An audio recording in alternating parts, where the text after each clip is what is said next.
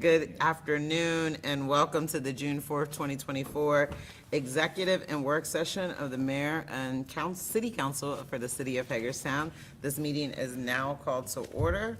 First up at the work session, we have water rate model alternatives, and we have Nancy, our Director of Utilities, Michael, partner New Gen Strategies and Solutions LLC. And Tyler as well. Are you coming up to the table, Tyler? Was that here? That's not bad. Yeah, but he's not coming. He Okay. probably won't come up. I was Mike, about to say, I think I'm learning something.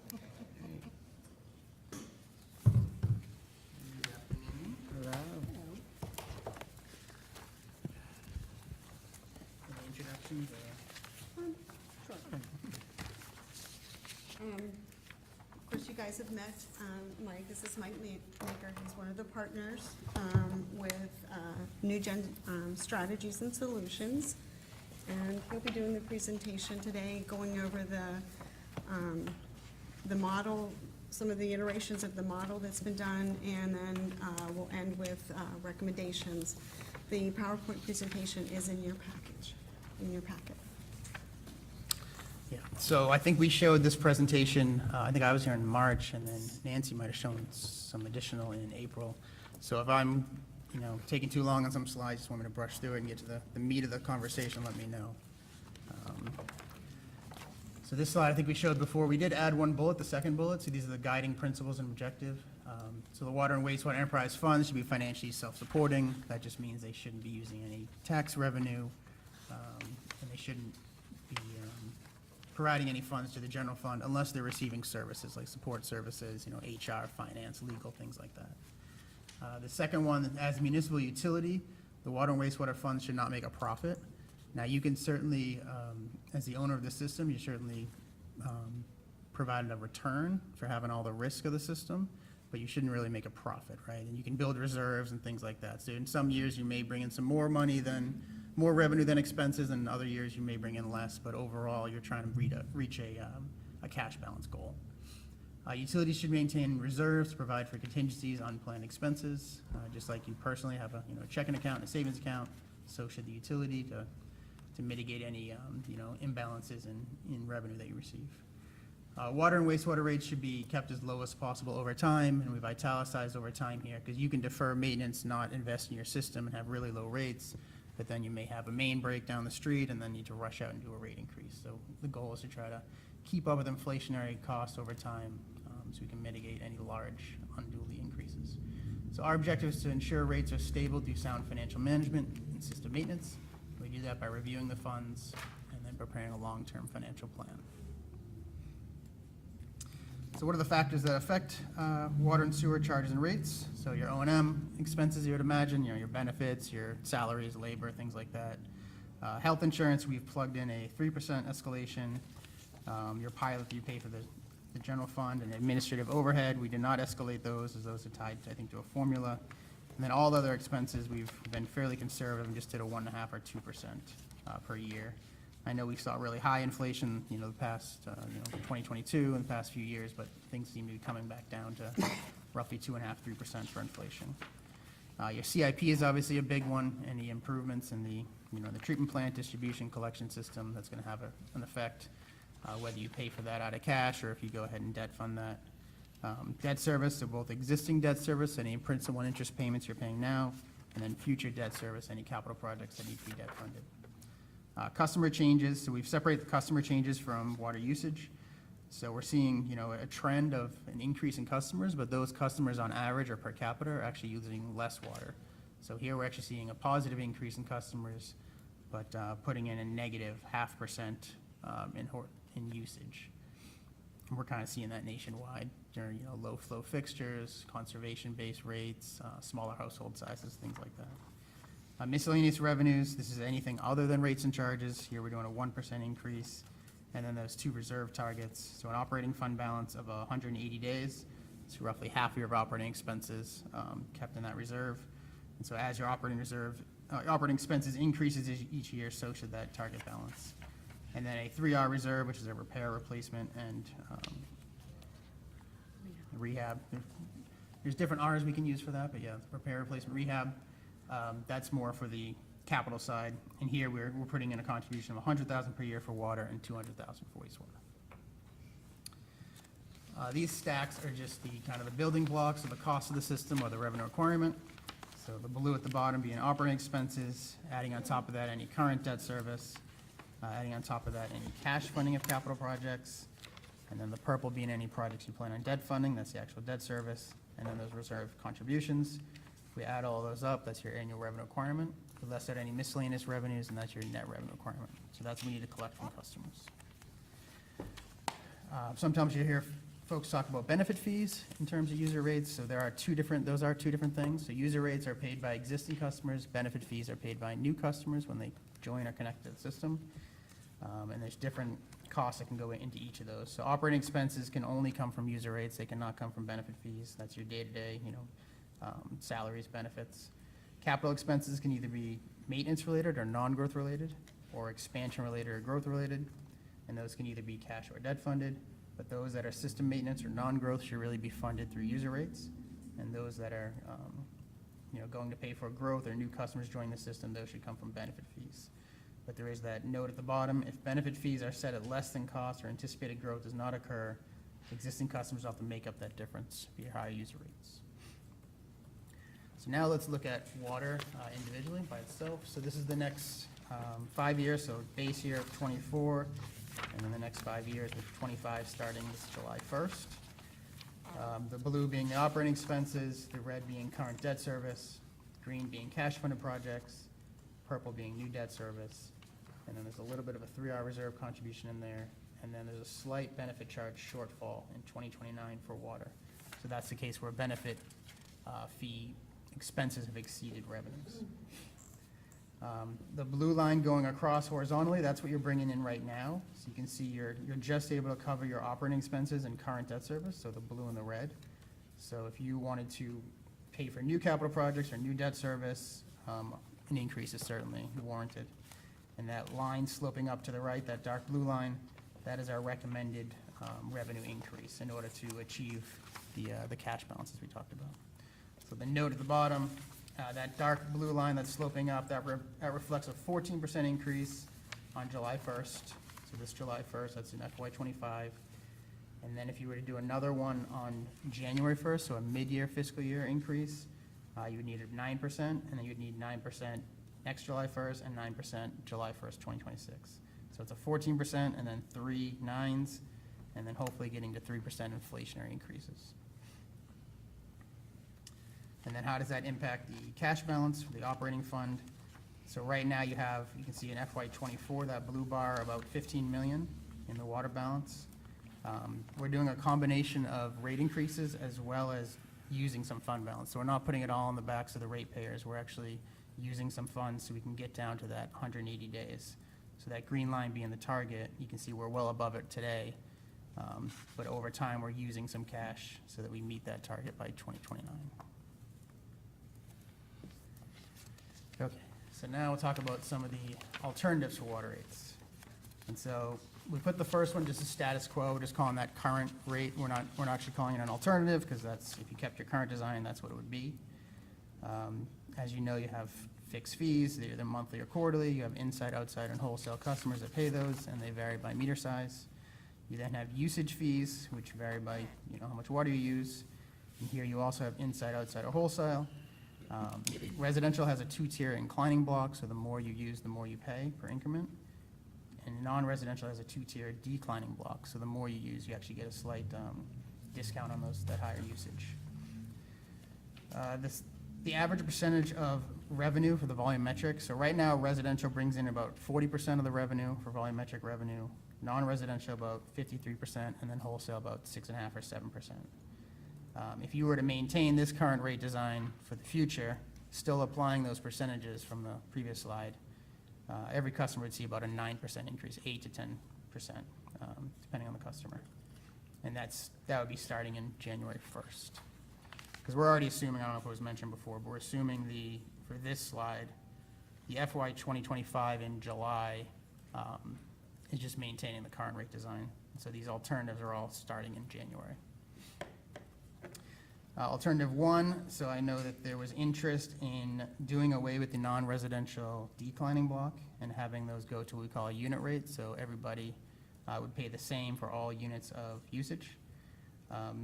This one, we found a way to do it so that you would not have any what we call interclass subsidies, so that one class would not be subsidizing the other. And in this case, what we're referring to is not having non-residential bills go up much higher than residential bills, as if they were in the current status. So that class as a percentage would still be about residential 41%, non-residential 53%, and wholesale 6.5, 7. Again, all customers would roughly see about 8 to 10% increases. Alternative two, which is not our recommendation, but I know there was an interest in seeing this, would allow the non-residential rate, again, to not have a declining, but that rate would increase, and this will be more apparent when I show you the actual rates. But what ends up happening is that in order to balance out the total amount of revenue, we're actually lowering the residential rate from what it could have been, and then increasing the non-residential higher than what it could have been. And this does this results in what we call interclass subsidies, so residential now as a share of volumetric revenue would go down to 36%, non-residential would go up to 57%, and wholesale would stay about where it is, but it would go up to 7%, so another 0.5%. I think the big issue here, though, is any large non-residential wholesale customers, they would see water bill percentage increases roughly double what they would have seen under the other two designs. So instead of an 8 to 10%, they might see an 18 to 20% increase. So now looking at the actual rates. So there's a lot of rates, so each alternative or scenario is on 3 slides. So this one, again, is just showing inside city. You can see, again, the quarterly fixed fee, the residential 2 tiers inclining, and then the non-residential 2-tier declining. Since this is the status quo current rate design, all rates roughly go up the same percentages. Same thing with outside city, and then the same thing with wholesale. So then moving to alternative rate design 1. This is I'm on page 12 now. Again, you can see you still have the quarterly fixed fees. I don't believe those get changed. It's down towards where you look at non-residential that we start seeing things vary. And I think when I show an actual sample bill, you'll see the impact, because I know it's tough to say, oh, I can't really understand what's going on with the rates. Let's see what happens to a customer bill, and we'll get to that. But you can see here, if you see starting on January 1st, 25, FY 2025, the third column in of numbers, you can see that the rate goes to the same rate. So what actually happens here for non-residential, if you're currently implementing on this July 1st, this $2.12 for non-residential and $1.89, maintaining the current design, you would maintain that $2.12. So we're not actually lowering the rate for non-residential at all, but you would be bringing the level 2 up to that rate to what it is today. So you'll see that the non-residential level 1 rate won't increase in order to still collect the same amount of revenue from that entire class. You could keep that rate where it is, so it doesn't actually drop, but then the other rate comes up to it. And then after that, it would maintain the increases. So it's really a one-time impact on January 1st.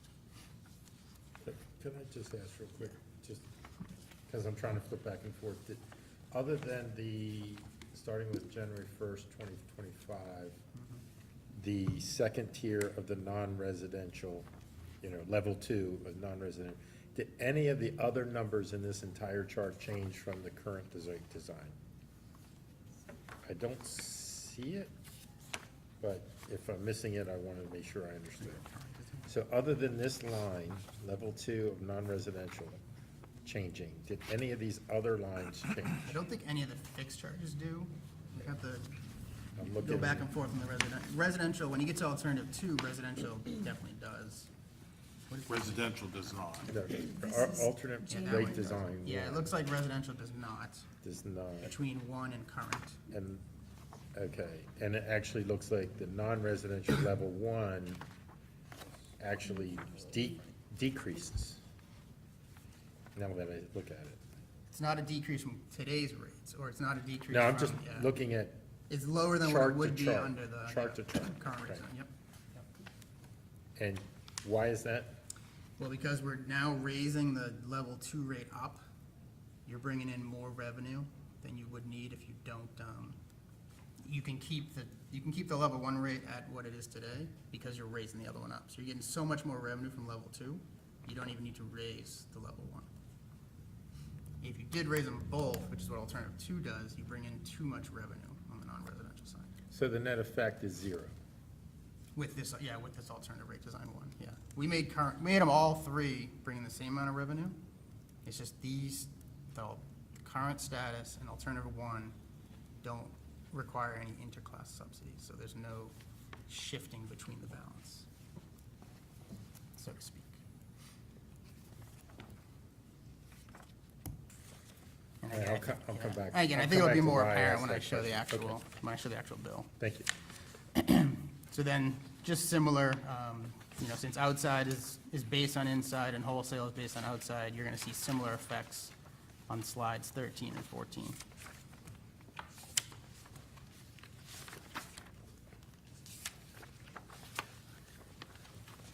And then, slide 15 is where we introduce alternative rate design 2. So here you can see that non-residential rate, it's not staying at the 212, it's going all the way up to 231. And then the level 2 is going all the way from $1.89 to 231. And then that allows the residential to drop. But again, what happens is you shift between the classes, how much revenue you're collecting in the volumetric, which is what we would recommend you avoid. And then there'll be similar for slides 16 and 17. And then we just have 3 slides on wastewater, because I think there's no real controversy here, I hope. And I think you've already agreed to I think it's a 13% this July 1st, no change in January, and then another 13% next July 1st, and another 13% the next July 1st. We have adopted FY '25 rates. We have to come back, we need to come back and adopt '26 and '27 once the mayor and council decide on the path forward for water to get the 3-year rate plan in place for both utilities.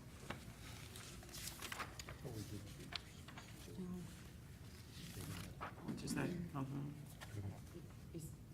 Huh? No. Correct. Okay. And then the slide 19 just shows the operating fund balance for wastewater. Here you actually see you are again using some fund balance as opposed to just putting it on the ratepayers. We actually dip a little below the 180 days, but we come back and meet that by the end of the 5th year if you were to do each successive increase. And again, as you adopt rates, you look at the model, see how things change, plug in your actual numbers over your budgeted, and see if the plan still sticks. And then this slide on 20, here we just kind of consolidated them all. This is just showing current rates and then those to be adopted on July 1st for inside, joint, and then outside, so all 3 on one slide here. So we're not showing anything past 25 here. And again, those should all reflect just the 13% increase. All right, so slide 21 is kind of where we get into different bill impacts. So we've got 4 different customers we're showing here. We have a single-family customer, that's a family using 150 gallons per day, which would be 13,500 gallons per quarter. And they typically have a 5/8-inch meter, it's usually your smallest meter. We have a multifamily or, typical commercial using 5,000 gallons per day, that'd be 450,000 gallons per quarter, using a 1.5-inch meter. We have a large commercial customer using 25,000 gallons per day and this is a monthly customer, so that's 750,000 gallons per month. And that's a 4-inch meter size. And then we have a wholesale customer using 200,000 gallons per day. And again, this is a monthly customer. That would be roughly 6 million gallons per month. And they have a 4-inch. So then looking across the next 4 columns are the fiscal 25 bill. So both the July 1st bill, the January 1st bill, and the January 1st bill for the 3 different scenarios, current, alt 1, alt 2. And then we have the impact, what that is in dollars, and then the impact, what that is in percentage for the respective bill frequencies, whether they're quarterly or monthly. So if you look at, I guess if we look at the percentages, it's probably the easiest to go with those. If you look at, of the last 3 columns, those would be in the percentages. The third to last and second to last are the current and alt 1. You can see they're roughly about the same increases, but alt 2 is where you see different increases for different customers. So you actually see the single-family percentage, goes down, it's only 4.7%. Multifamily is 18.5% as opposed to 9, so that's almost double. Large commercial is almost 21%, which again is almost double what the others see. And then that wholesale customer sees a 19% increase. And I can come back to this if you want. Then this is a comparison to, this is a residential comparison. So this again is using that 13,500. Again, you can see fairly clustered where all the bills come in. Inside customers are right now the lowest in the region. It looks like they would stay that way for 2025. It looks like the absolute lowest, as you'd imagine, is your current rates. And then, or as the rates would go into place, on July 1st. And then Alt 2, then the current with the increase, and then Alt 1, and then the same thing for outside. And then if we turn to a non-residential customer, this one now is that 450,000 gallon customer. Again, you can see in the region, they still have the lowest for the inside customers. And then it looks like just that Hagerstown outside for Alt 2 would bump above Funkstown. So it's not staying in that pack there. So our recommendations would be to maintain the current rate design. You have a proven rate design that's been tried and true for many years. And we would recommend you adopt the rates for the next 3 years. If you're only adopting next year, that's fine as well. But in order to meet that plan and the cash balances by the end of the 5 years, you would require all those rate increases, at least as of today with the numbers we see. And with that current rate design, every customer should see about a 9%, 8 to 10% increase. However, if you do truly want to remove that declining block rate for non-residential, the only one we could recommend is alternative rate design 1, because that does not result in interclass subsidies and will not cause any large non-residential or wholesale customers to see that, roughly double the percentage increase that they would have seen under the other two designs. Then as always, review, rates, fees, and charges on an annual basis, revise as needed, and you really only need a full cost of service study, every 3 to 5 years. So with that, we'll take questions. Are you defining the interclass subsidy based on the changes for proposed alternative or example alternative 2 compared to the current rate model presented? Yeah, and we're trying to maintain what we're currently bringing in terms of volumetric. Let me try and ask it another way. Yeah. So are you basing the term interclass subsidy on the difference between the current rate model and the change that alternative 2 would present? Yes. So is that making the assumption then that the current rate model is correctly applying the cost associated with the system to the customer base as it exists?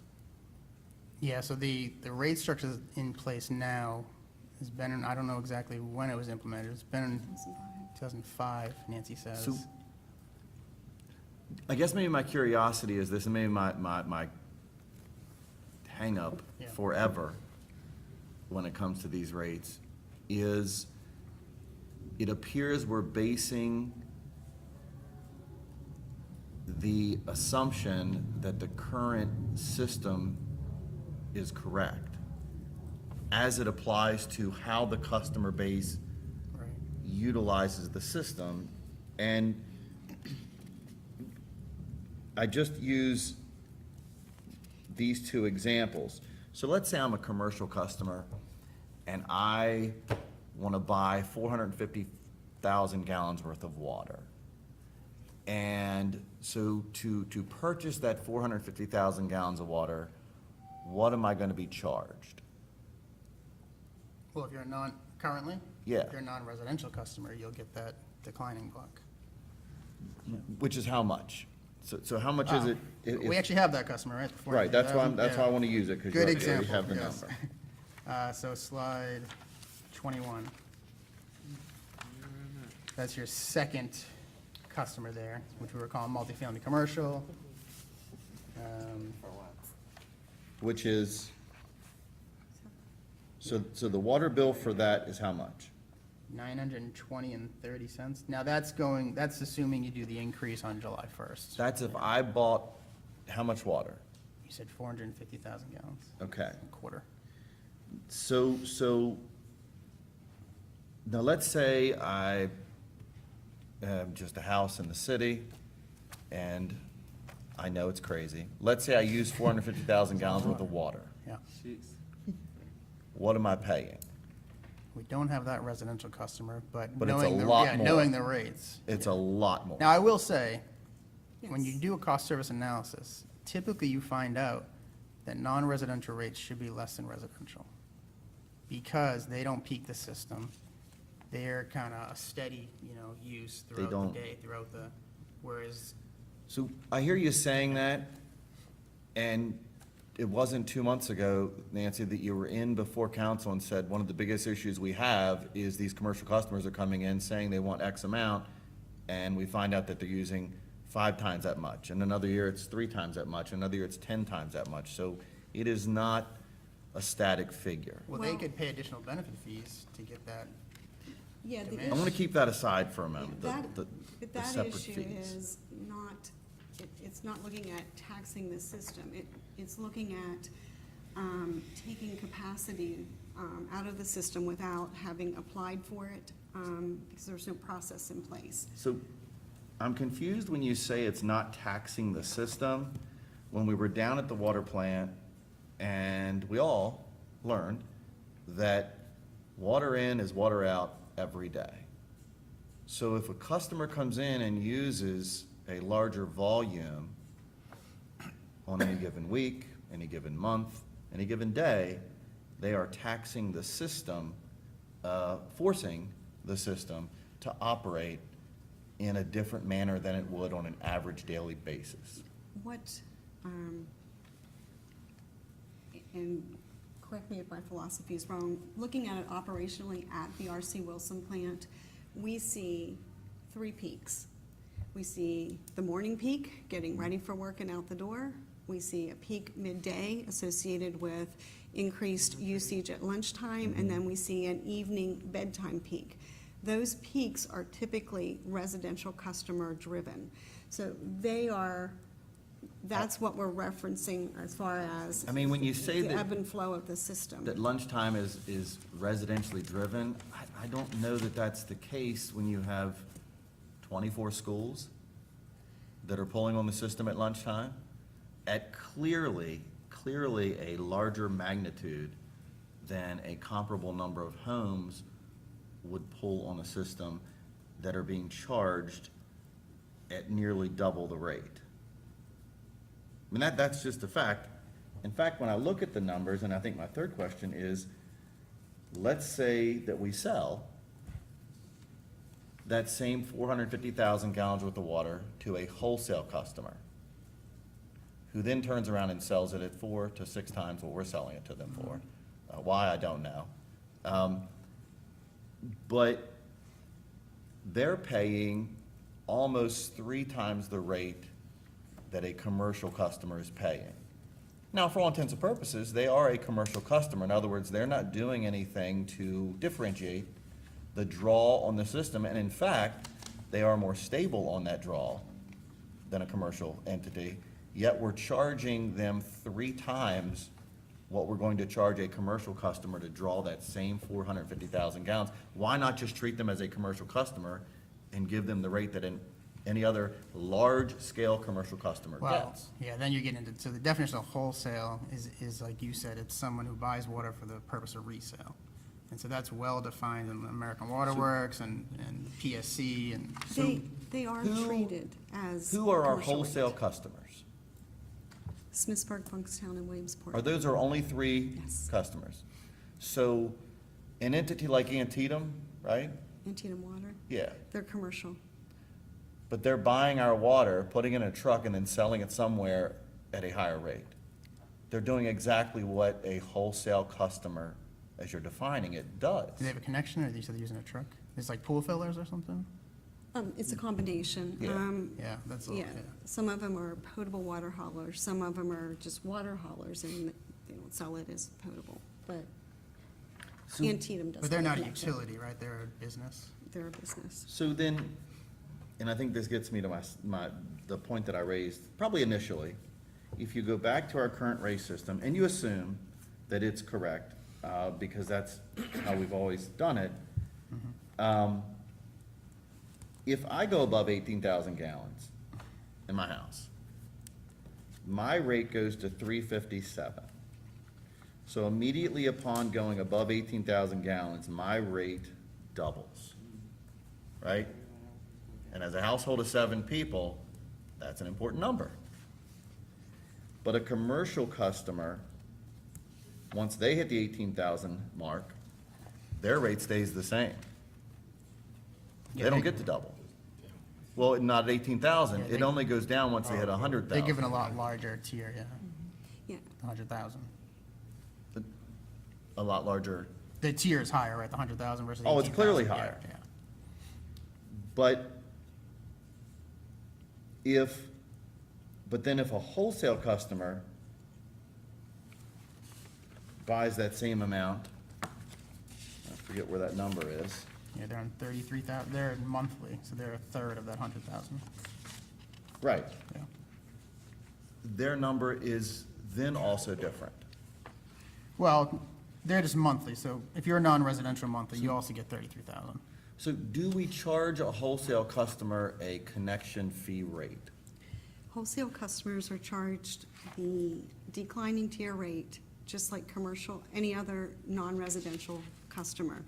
They do get a 16% discount on that rate, but so that's why they have their own rate table in this presentation, is per our contract with the wholesale customers and also incorporated into city code. They get charged the non-residential rate less 16%. The same tiers, monthly 33,330 gallons. But they don't pay a base rate. Oh, they pay the. They pay the charge. fixed charge, yeah, for their meter size. What size meter do they have? So Smithsburg has a. each customer in Smithsburg, No, just the one. each of the, meter, Just the master meter. so the 1,100 customers in Smithsburg don't pay the $8.32. They pay the same rates as a non-residential customer. They pay their fixed fee for their meter. I think they have a Their- 4-inch, it's just one 4-inch. that they Okay, pay. so Yes. let's say they just got a one. 4-inch meter, and it goes to their town, and then they send the water down. So what do we charge for the 4-inch meter connection? Today. 169, if I'm reading this right? Yeah, what- $170. Yeah. 190 next month. Okay.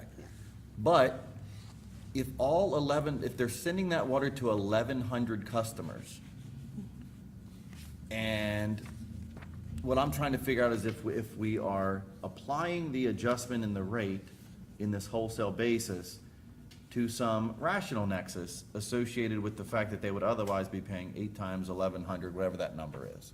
In other words, that's factored into the rate, and I don't know that. Well, you don't maintain the meters behind their meter, right? So that's kind of, once it's past their master meter, that's their responsibility. So the $8.32 is a rate associated with the cost of maintaining the meter, or is it a fixed cost associated with some fixed association of a fixed number for daily operations? In other words, if everybody were going vacation Right, right. tomorrow, I assume that and I feel like we are, and I think that's another one of my hangups, I feel like we're depending on this system selling water as a means to make sure we can pay the base rate Oh, yeah. coverage to operate the system.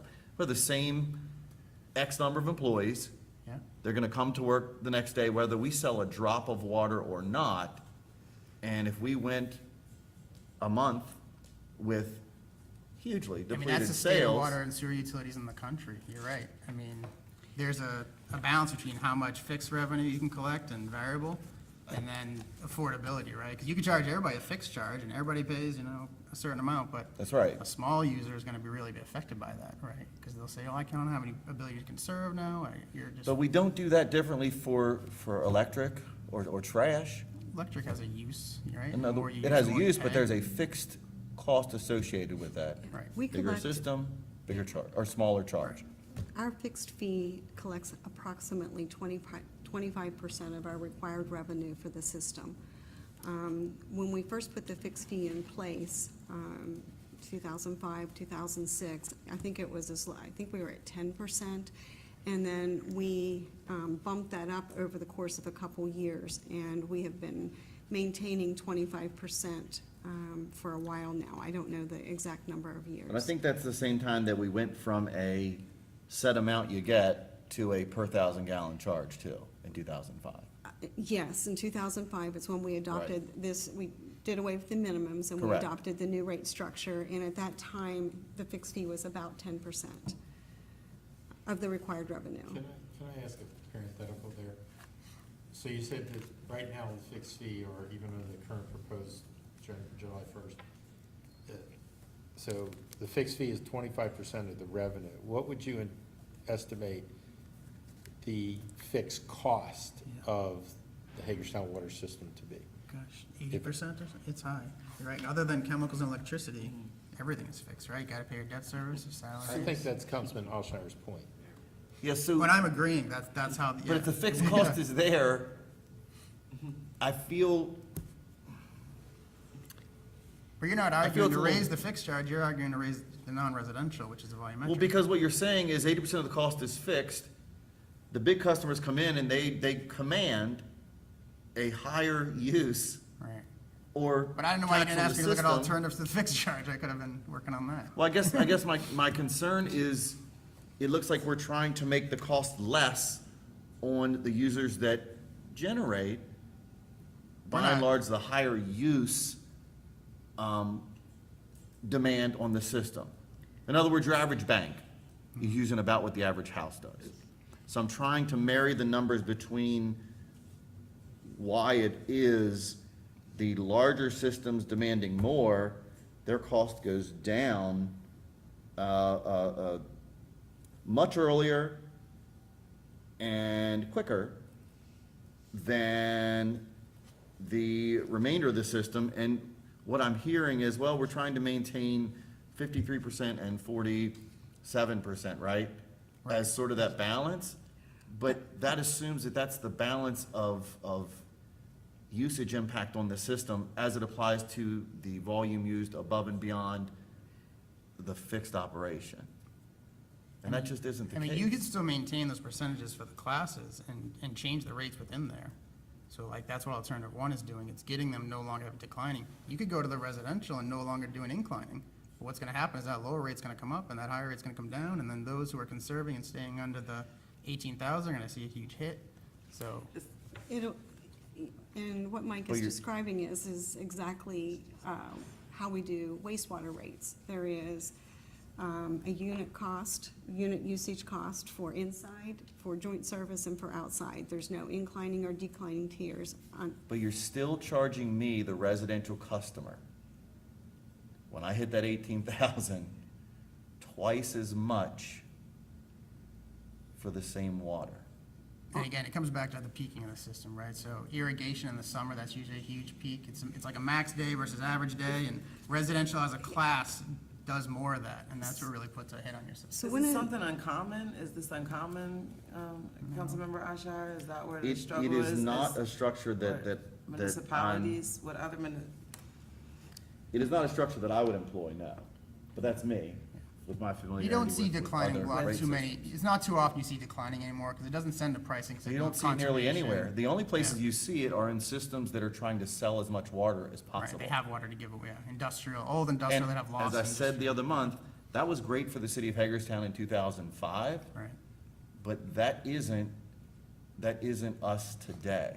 And I just look at this structure and I have to look at it and go, okay, and I'm gonna be very honest here, and I know that this is probably gonna be an unpopular statement, but, you know, if I'm outside of the city of Hagerstown, and I'm a ratepayer, and I'm seeing what the rate is in the city, and the rate is as a wholesale to the town of Smithsburg, and I'm a ratepayer in Greenberry Hills, yeah, I would have a question, hey, you know, why is it that absolutely different on that scale alone, and then compounded by the fact that if I use more as a commercial customer, I pay even less.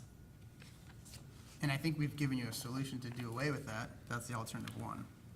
But alternative one is based on the premise, as I think you stated initially, Right. that the current system is correctly applied. And what I'm saying, and have been saying for years, is I don't believe the system as it is set Yeah. You mean is- the rates? yes, You mean is the answer. correctly applying the rates in a manner that is fair for the operations of the system applied to the customer base of the system. Yeah. I'm afraid if you blow the whole thing up, you're not gonna be able to get what you have now, which is a pretty good thing and the lowest rates in the region. Honestly. Well, okay, while you're thinking about that, let me touch on that point. Clearly, we want to be as competitive, or, you know, as, not even competitive, but Low rates. as low as we can within the parameters of what our water system requires. You mentioned before, in your introduction, that you went ahead and added a line that municipal utilities should not make a profit, which is clearly understandable, because like, I mean, a municipality and a municipal utility is operated like a nonprofit company in the United States. However, nonprofits have, at the end of the year, what are generally referred to, if there is money left over, for lack of a better term, retained earnings. And those retained earnings are then used by that nonprofit to enhance its operations, and so forth and so on. So when you talk about these alternatives, and you also mentioned, by the way, before I go into that, you mentioned that the 3 Rs, right? Repair, replacement, and rehabilitation, which are all very important. We do that all day, every day, and it's why we have what I consider to be a world-class water system here in the city of Hagerstown. But the way I'm looking at it is this. Today, we have a plant that has a rated capacity, and correct me, Nancy, if I get the numbers a little bit wrong, of up to 15 million gallons per day. I think based on the reports that we get weekly, I seem to have mine with me right here, we average between 12 and 14 million gallons per day. We're closer to 11. We will peak at that, but our average day. Average day is days 11. Run, Okay. yeah. Okay, so I'm looking at the geographical area that the city of Hagerstown serves through our water system. And I'm not gonna talk about wastewater at all. This is just the water side of the discussion. And I'm looking at that geographical area, and I'm seeing the potential for significant growth, residential growth as well as commercial growth. Okay, there are those who are, I think, incorrectly saying that the city of Hagerstown can't handle that potential growth. I say, yes, we can. But that means that we have to plan for that growth. That means that we have to accommodate that. We have to be prepared for the cost of that growth, that expansion. So you mentioned in your next page, or 2 pages after that, in your block, kind of the blocks, you talk about system expansion, parentheses, growth. And your arrow goes to cash debt funded for growth, okay, cash funded.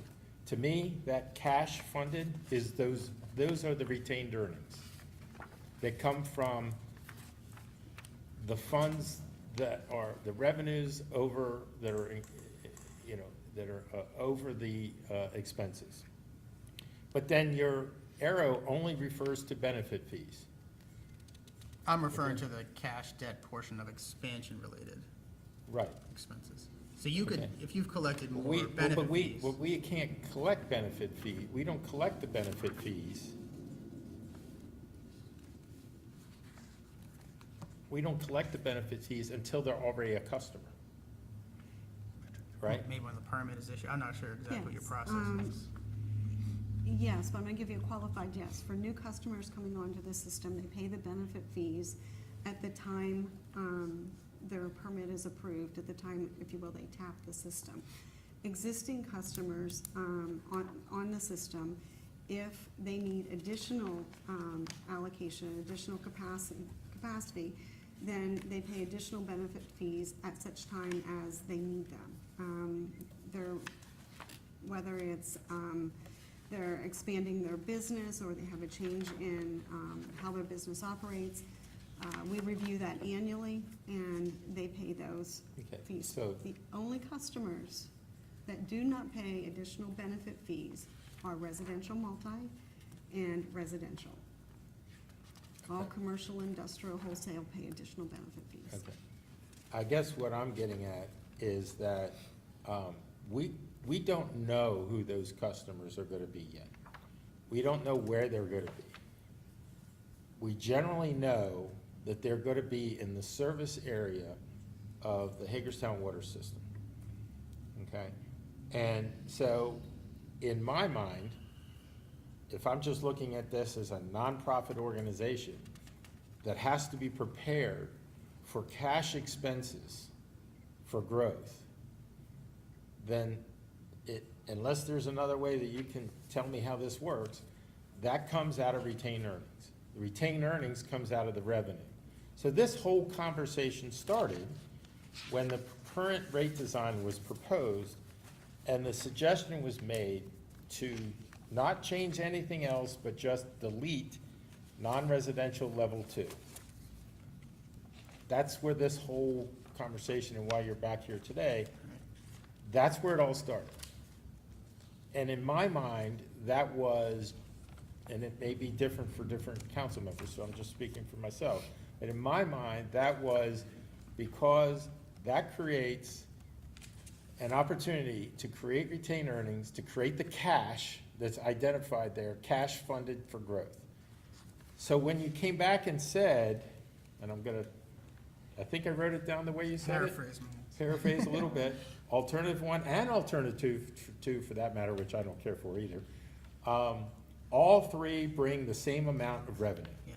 To me, that defeats the Total purpose. revenue. Total revenue. To me, that defeats the purpose, because we're just moving the chairs around. We're not Well- creating the opportunity to have the cash to expand. So I'm struggling with, I mean, I understand I everything guess you've how do you done. compare someone on an apples-to-apples basis if one gives you more revenue? You say, oh, I'll just take the one that gives me more revenue, let's do a 50% increase, and then we'll just take that one. I mean, you want kind of a stasis here between the three, and then you see how it affects customers differently. Okay, but what I'm suggesting is that wasn't the ask. The ask wasn't to say, the ask was to say, how can we enhance the revenue to be prepared with, again, I'm using the term retained earnings, so that we can be doing Was it? big new things Was it? in the future. I mean, if you want to enhance your revenue, just raise them even higher, across the board, just make I it mean, I higher. didn't- I didn't That's think enhancing your revenue. Okay, And but- that's what you're but- doing to one class by doing alternative 2. Okay, I mean, I guess we could, Right? You're but, picking and choosing one class to raise higher.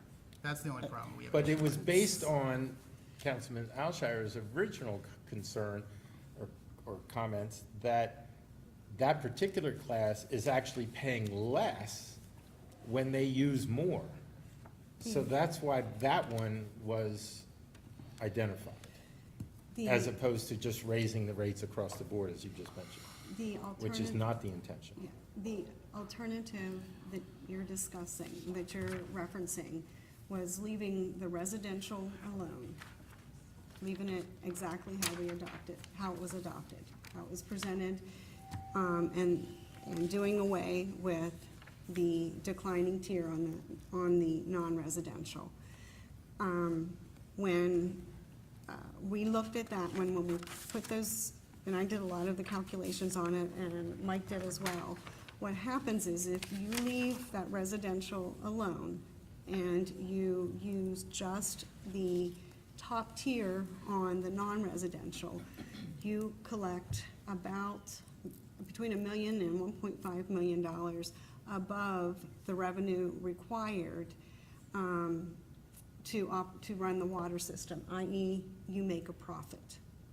We have retained earnings. Because There- nonprofits don't make profit, but they have retained earnings.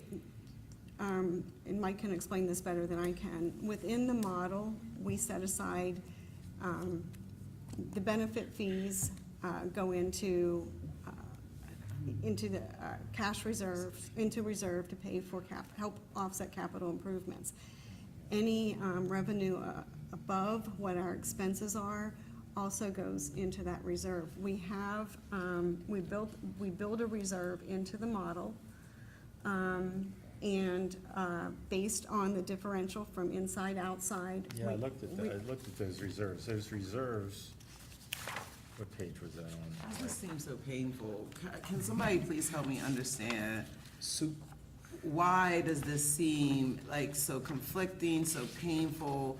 Why is there such frustration? Help me, because I want to understand of what is different than any other place. Like, why does, this feels painful? This feels excruciating. It feels like it's a interrogation for staff. It feels uncomfortable for me because I'm trying to understand what other places do. Is this out of the normal? Is there something suspicious going on? Like, I need to help me understand, And I think please, what we're offering somebody. is, we can do what you're asking, it's just alternative one versus alternative two. So, It still gets you to having a unit rate, now you no longer have a declining block.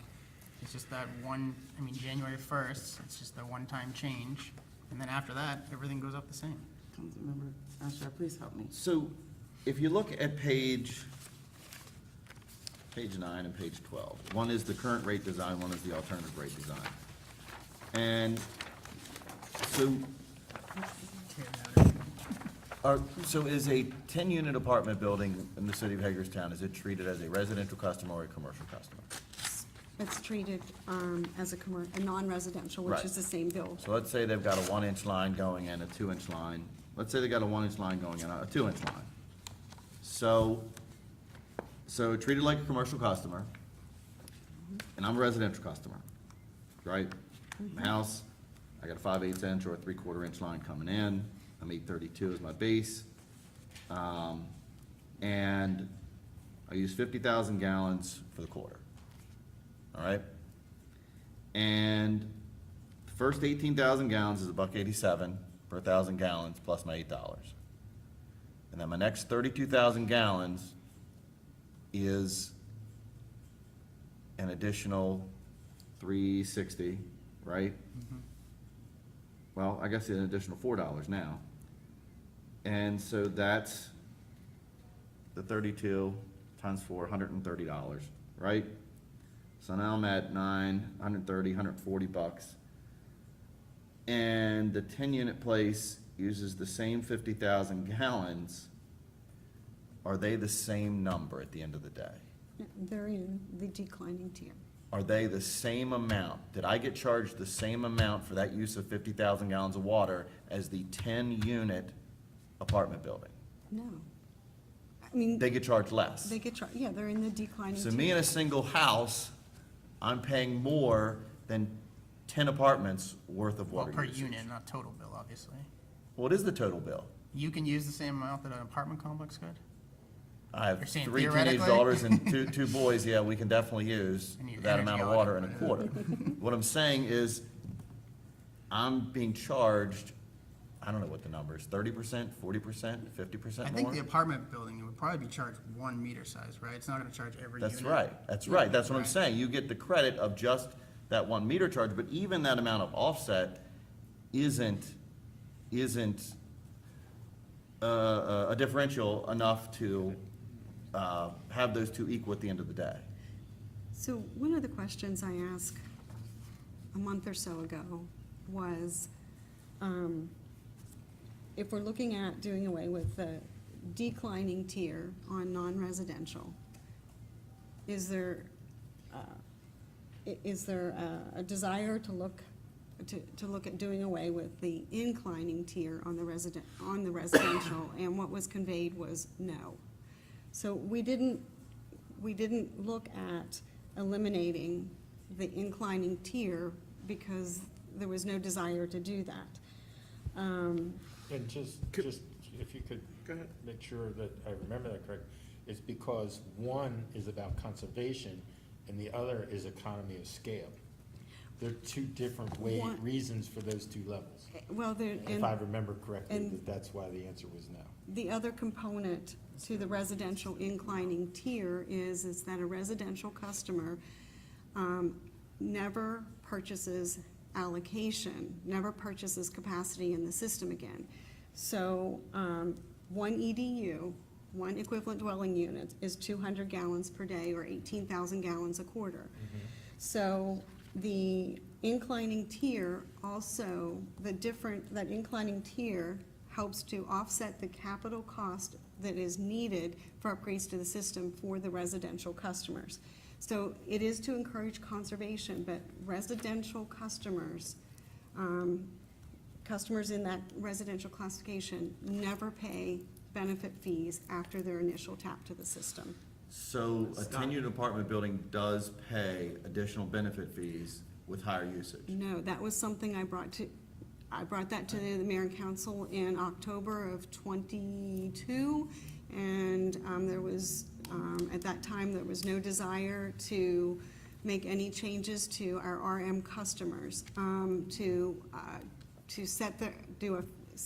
fix their allocation and then evaluate them the same as we do non-residential commercial. Like, at some point, you'd customers. think there'd be like That's where I a think it balance was to right that. there. In other words, as I, as a single customer, use a little more on that residential inclining scale, it shouldn't be that the non-residential, in this particular case, you know what I mean, goes down dramatically below it. There should be at some point where there's almost an evening out between those two figures for that usage. I mean, a lot of a lot of apartment buildings, they'll stop at like 4 units is considered residential, and anything above that becomes commercial. I think that's the case where, that's why large apartment buildings are considered non-residential.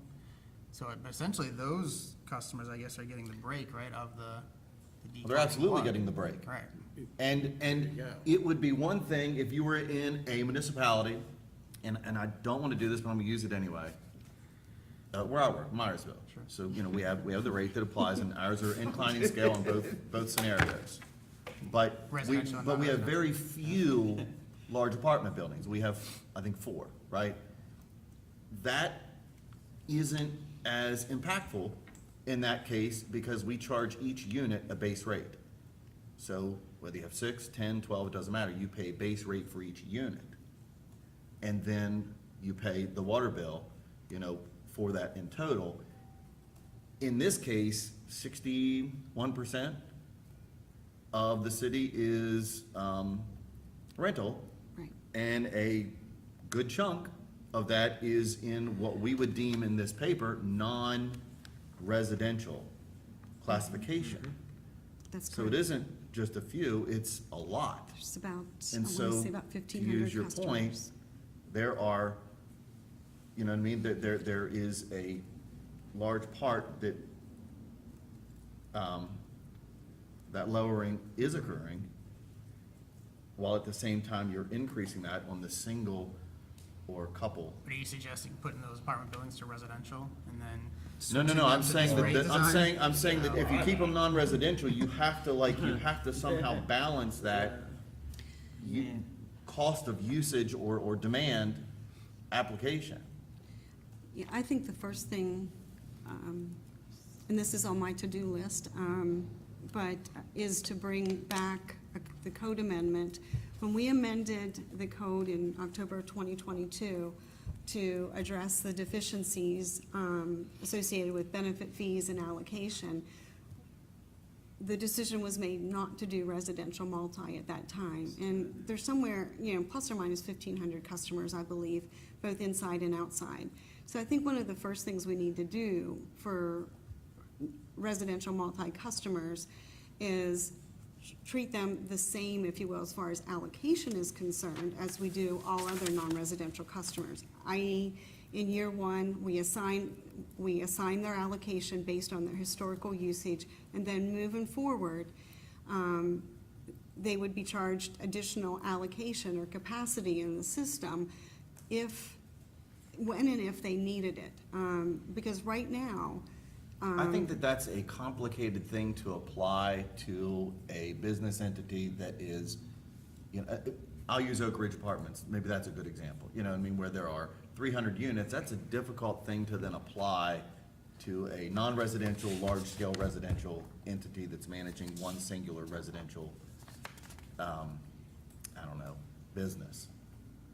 To try and say, okay, well now, because that, I can see that applying to a regular commercial entity, but I don't know that. well,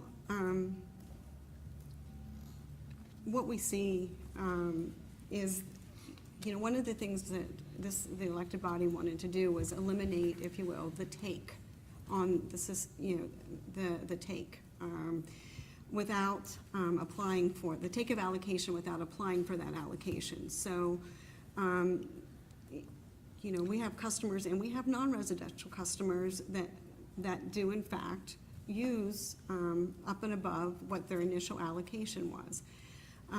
Whether they've increased in the number of units or whatever may have changed. So we do have that. And if it's not something the elected body wants to look at, that's fine too. I think it gets back to Peter's point early on, which was a question to you, was there doesn't seem to be any change to the current rate design and alternative rate design for residential. And to me, and what I've heard is, if we make this change and nothing else, you grow the end fund by $1.5 million, right? Because that's the only thing you're doing. So you're really doing it just to make money. That would be what your goal was. And for me, I don't think that was the goal from the outset of this discussion. It was to say, okay, if you get rid of the declining rate scale, which I believe you should, because I think it is unfair to the average residential customer, then to account for that $1.5 million differential that you're going up, you have to look at the residential side and say, okay, what do we decrease that inclining scale on the residential customer to sort of balance out so that you're not gaining $1.5 million? What we're saying is that balance has to stay within the class.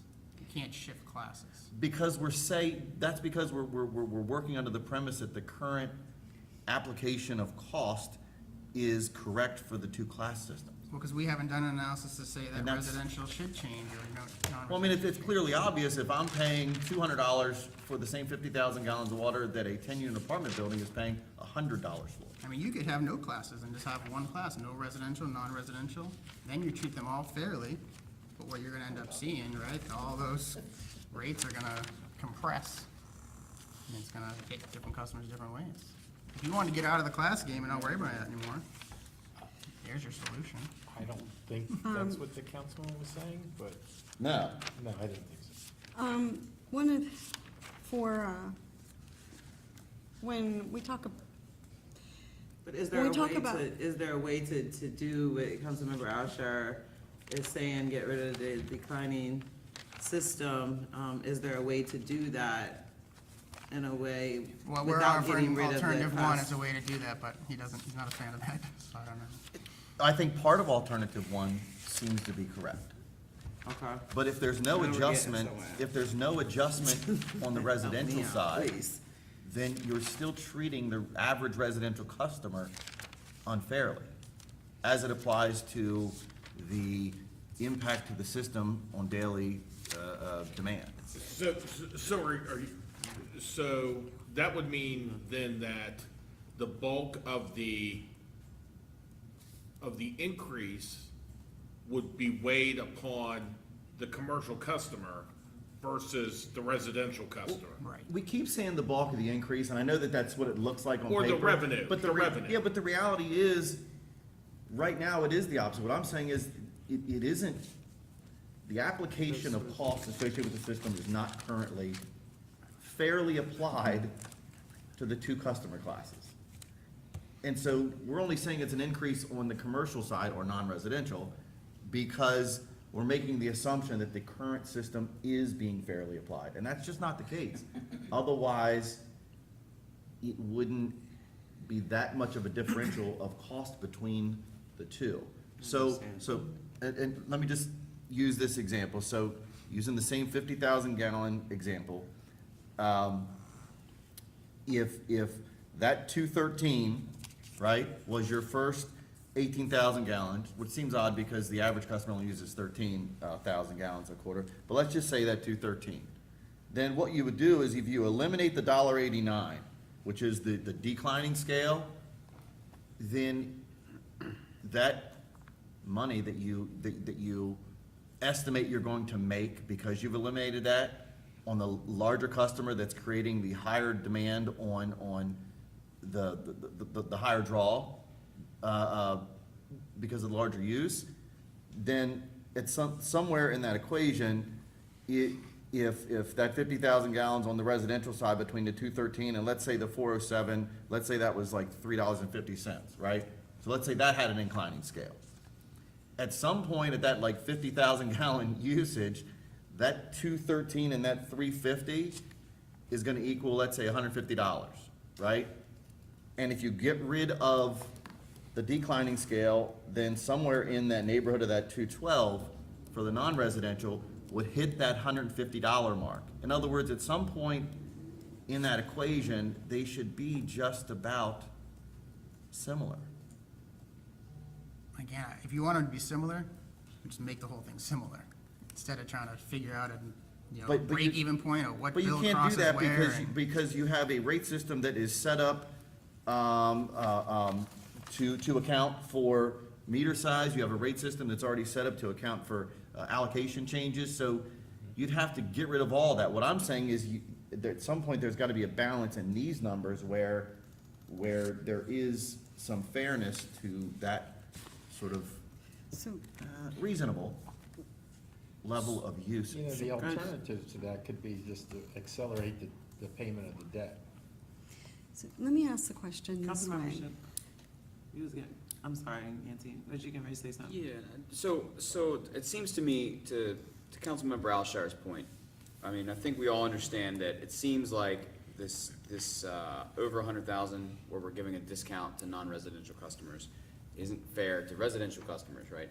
So we're estimating usage of water, right? I mean, we've got an estimate, whether or not, it's still an estimate, but could we not just take that estimate and say, okay, well, we estimate we're gonna use this much water, we could decrease the level 2 of residential by X amount to try to bring it, as Councilman Roushar said, more in line, so that we don't have that extra $1.5 million profit, what have you, since we're not supposed to make a profit on this, which I understand, and we've built in CIP money, right? We've built in, money for CIP, so we're just trying not to make revenue on this, right? Could we not just use those estimates and bring down that level 2 for residential? I'm not worried about you bringing in another $1.5 million, because there's always projects you can find for that.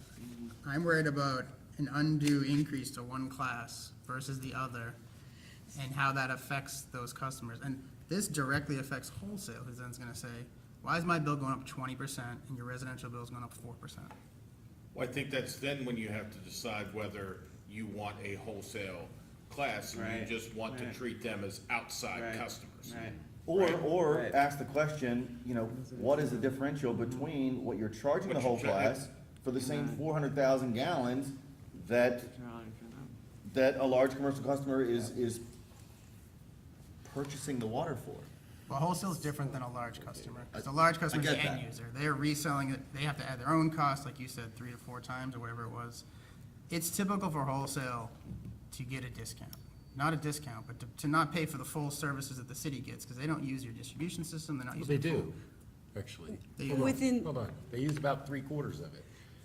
Well, then we get into, you need a hydraulic study done. You have to Okay. figure out, how, you know, Just don't say which. they don't, that's my Yeah. point. I mean, they don't use, yeah, as, usually you don't make them pay for the service They lines, don't, the they small use, they don't, distribution they have the last lines. mile, Yeah. we have the distribution. Well, it depends on the wholesale customer, right? Because some are in different parts of the. Yeah, None of that far away, I think None that's. of that, yeah, what- they're all about equal distance. so let me ask a question this way, just so maybe I can try to get to, that we can all try to get the same place. So, and these numbers are arbitrary. So if residential customers collectively across the system use 30% by volume of the metered water or produced water, and non-residential use 60%, just for easy numbers. And wholesales use 10%. So when I think about interclass and one subsidizing the other, one of the things I look at is okay, is residential, are their rates set so that they're generating equivalent to, plus or minus, it's never gonna be exact because usage is not exact from 1 year or 1 month to the next. Are we collecting the revenue consistent with what their average water usage is over time? The same thing are we collecting the revenue for what the non-residential class is over time and the required revenue for wholesale? Looking at, there's revenue and usage, if you will, are they syncing up? Because that's kind of what I'm hearing to some extent. And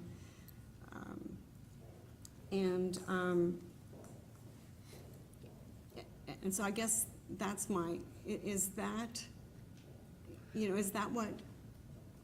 that in general or overall what the end goal is? I think a caveat to that would be, or one more point to that is, at least in my mind, there's a fundamental difference between, and I'm gonna leave wholesale out of this part of it for a moment. There's a fundamental difference between evaluating a residential customer paying out of pocket versus a commercial customer who's effectively passing it through. And while I know that's not, that's an overgeneralization by far, I understand that.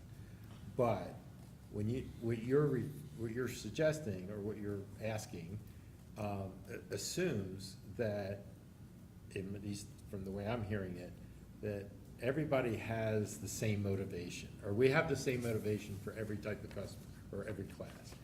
And I personally don't. So it's a caveat, it's not a yes or a no to your question, it's just a caveat that I think should be considered if you're evaluating it that way.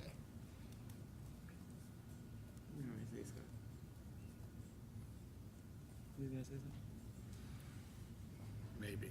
Yeah, you leaned up. I don't know. He said No, maybe. I mean, I'm trying to, It's a maybe. I don't know if it's common. So- I don't know if it's good. I don't know what An apartment complex, a building, has 1 meter, 10 units. That is a non-residential rated meter, where, being that they are residents, just like I'm a resident in my home, I'm paying less than those people renting a unit in that apartment building. I think they're paying But- less. Which is exactly why I said it's an overgeneralization. That's where I'm going. Yeah, yeah.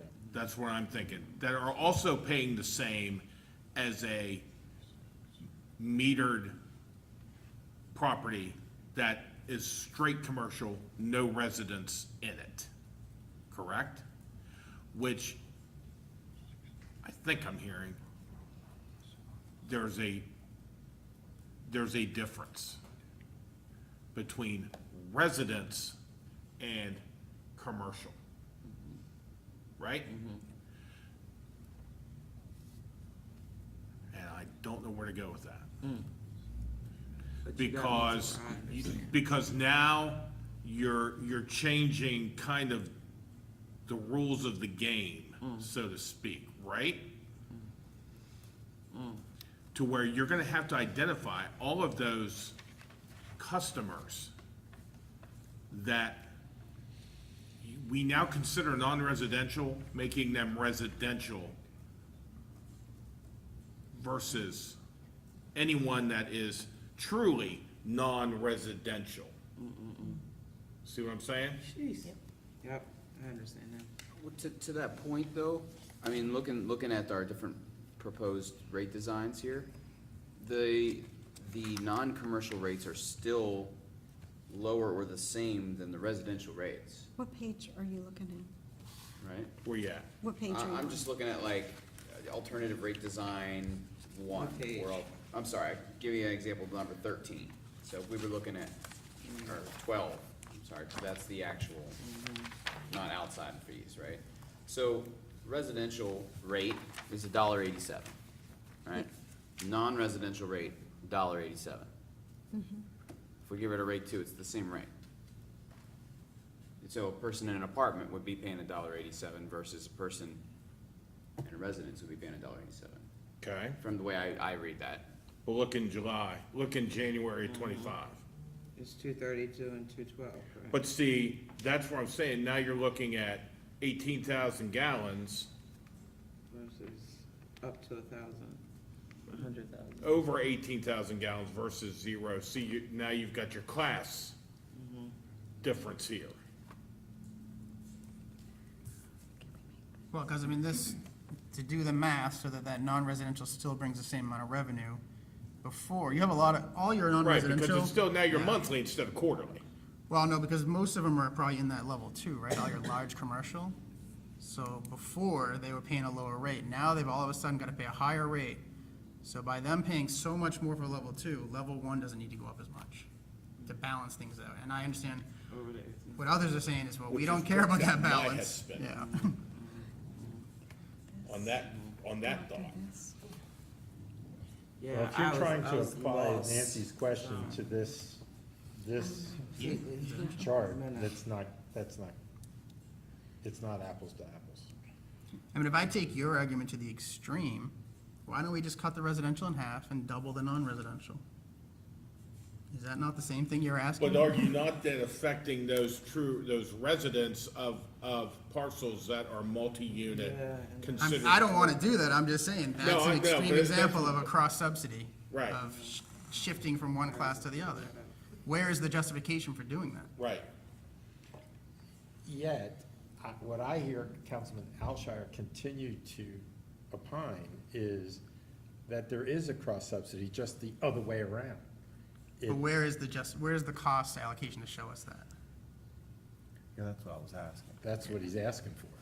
And maybe that's what we need to work on. If you want to redo this Now whole and next thing, a July cost 1st. allocation analysis, you might not want to do that.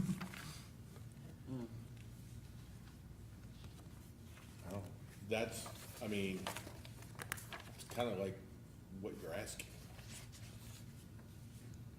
well, again, I'm just trying to think through Nancy's ask, because she's talking about 30, 60, 10%. Yeah, just arbitrary, yeah. Rough, arbitrary numbers, right, just for conversation purposes. So,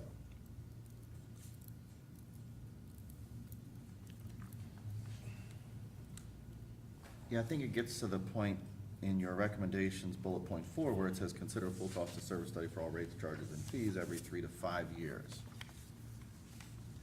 And maybe I've just been here too long, where I just look at it and I feel like what we do is we sort of take what we have and we kind of just bump it a little, so that we pay for what we have coming up. And I think the reason for that is you have a standard set by the PSC, and so we're trying not to upset that. Because you serve customers outside. If yours is just inside city customers, Be a piece of cake. Yeah. Yeah. I'm following everyone now. Just, by the way, just for my clarification, you just mentioned that term. The definition of inside city is literally inside the city limits, is that correct? City taxpayer, No, Well, isn't it? no, it's inside municipal so boundaries. literally Yeah. inside the Yeah. boundaries, and then outside, literally outside the boundaries, is that correct? City taxpayer. That's how I understand it. Right. Okay, I just want to make sure we understand. And so, and we were chatting earlier before we started. The inside, the reason is there's an inside versus outside. Well, actually, I don't want to put words in your mouth. Can you tell me what you Sure. said about why, what's inside versus, not the physical, but why? Why is there a difference? So at least in terms of American Water Association and rate making, Manual M1 is kind of the Bible of water rate making. If you serve customers outside your jurisdiction, you take on all the risk as that city. If those customers decide to leave, find an alternative, you're stuck with all that debt, you're stuck with all the financial risk, the legal risk. So you are entitled to a return, not a profit, but a return Right. in terms of maybe a differential, like they pay a higher percentage. Okay. Which is what they do. You had that scrutinized, went to the PSC and upheld. Yes. That's how it all went. And so, let's maintain that. Okay, So when we thanks. start. I just wanted to get a clarification on it, because I wasn't here when that happened last time, so thank you. I don't know if I was here, but I don't know if I was here. that's right. Ed Donahue, Jeez. we worked through that. All right, So- where we at? Yeah, I was gonna ask, for staff sanity, Where are we? where, I mean, and for your alls too, where do we go with Yeah. this for January of '25? I mean, we've got, the council approved the 14% for this year. That's correct. So that should do us, because it was gonna be the new people. 14, 14, right? So we're good till July now, If right? you're okay waiting till next July to make a rate structure change, it would still maintain this declining block is the only thing. That's why I think we were trying to do something in January, Right. because So what do we have to do, staff-wise, to be able to provide answers to this concern in July of '25? Do we look at, I mean, I think for me, it's fairly simple. That there, I'm trying to figure out what the fairness is right? to a declining rate scale for a non-residential customer. Right. To me, like, that is the most egregious component that we have in our rate system. So, That's it. and we've to me, offered. that's the big issue, because All right. Before you, I want to ask, Yeah. I want to ask a corollary to that question.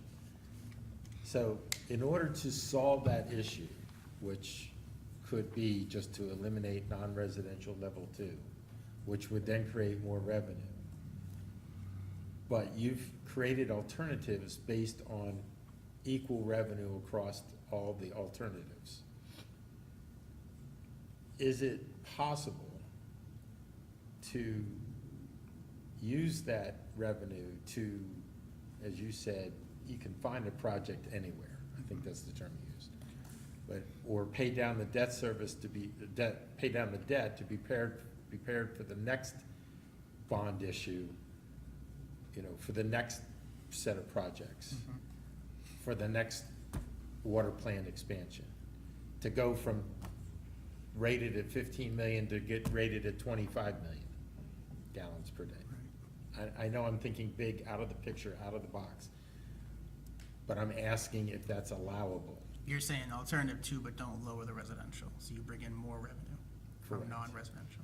And use that to immediately do something, pay down the debt, to be prepared to issue more debt for new projects going forward. I guess my only issue is that non-residential still would see higher bill increases than residential. Because you're only putting it on the backs of And non-residential. wholesale? And wholesale, directly wholesale. wholesale. And I'm not. Wholesale, wholesale would be where Unless you put it towards a wholesale project or something, I don't know if there's a. So, I think the wholesale's, I think, getting hit hard enough, especially for Williamsport, Buckstown. So you're saying it's not acceptable to change the rates in a what's the word used? interclass. But not to change them equivalently? Is that, okay. It's just interesting that we put forth this notion that the other rate customers are getting hit, a lot.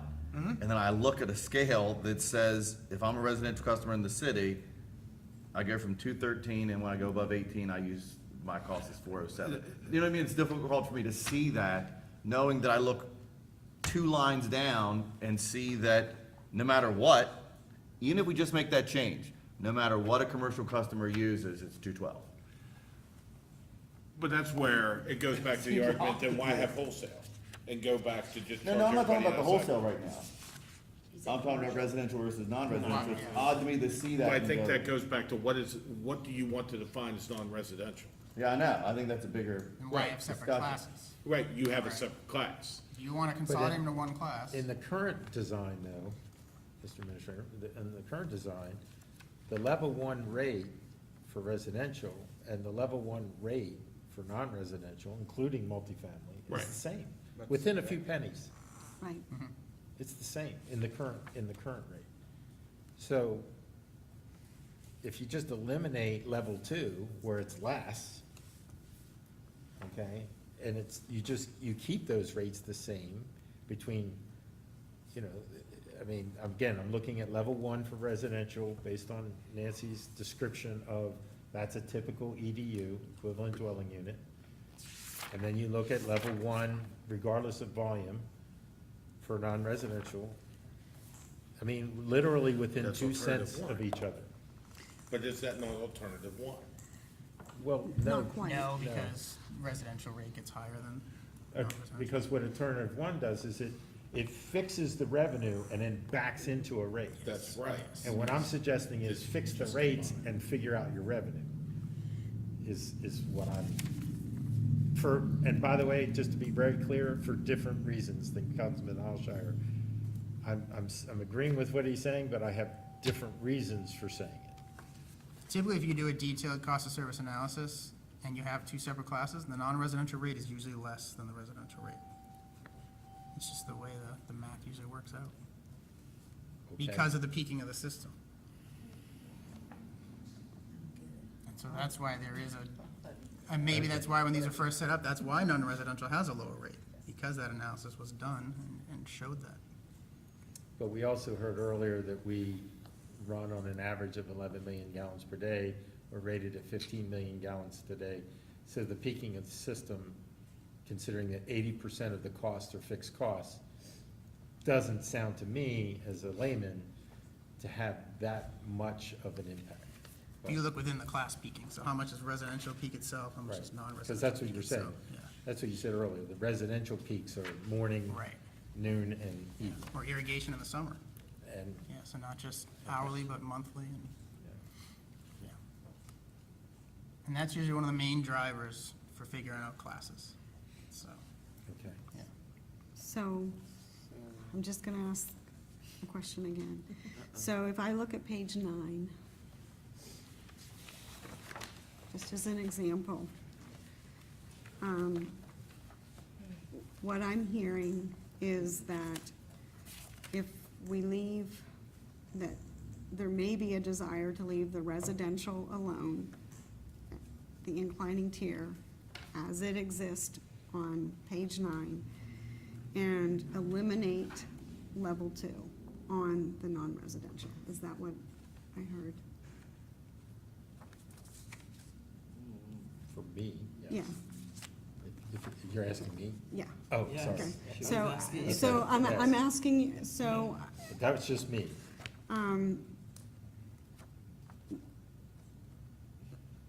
is there another Say council. suggestion? Because,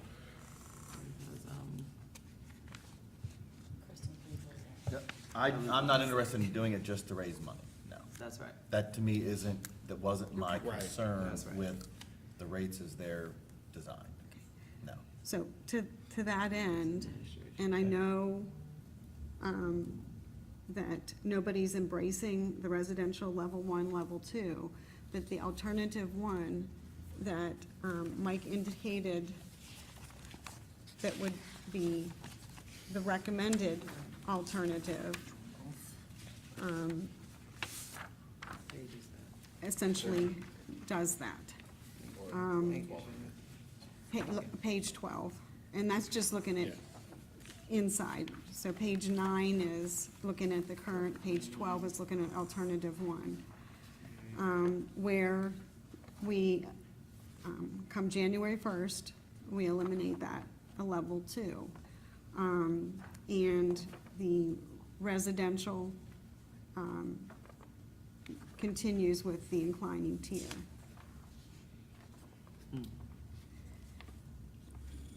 Yeah, but just to point it out, it also significantly increases the residential rate. By eliminating the level 2, it increases both the level 1 non-residential and significantly increases the level 1 and 2 residential rates.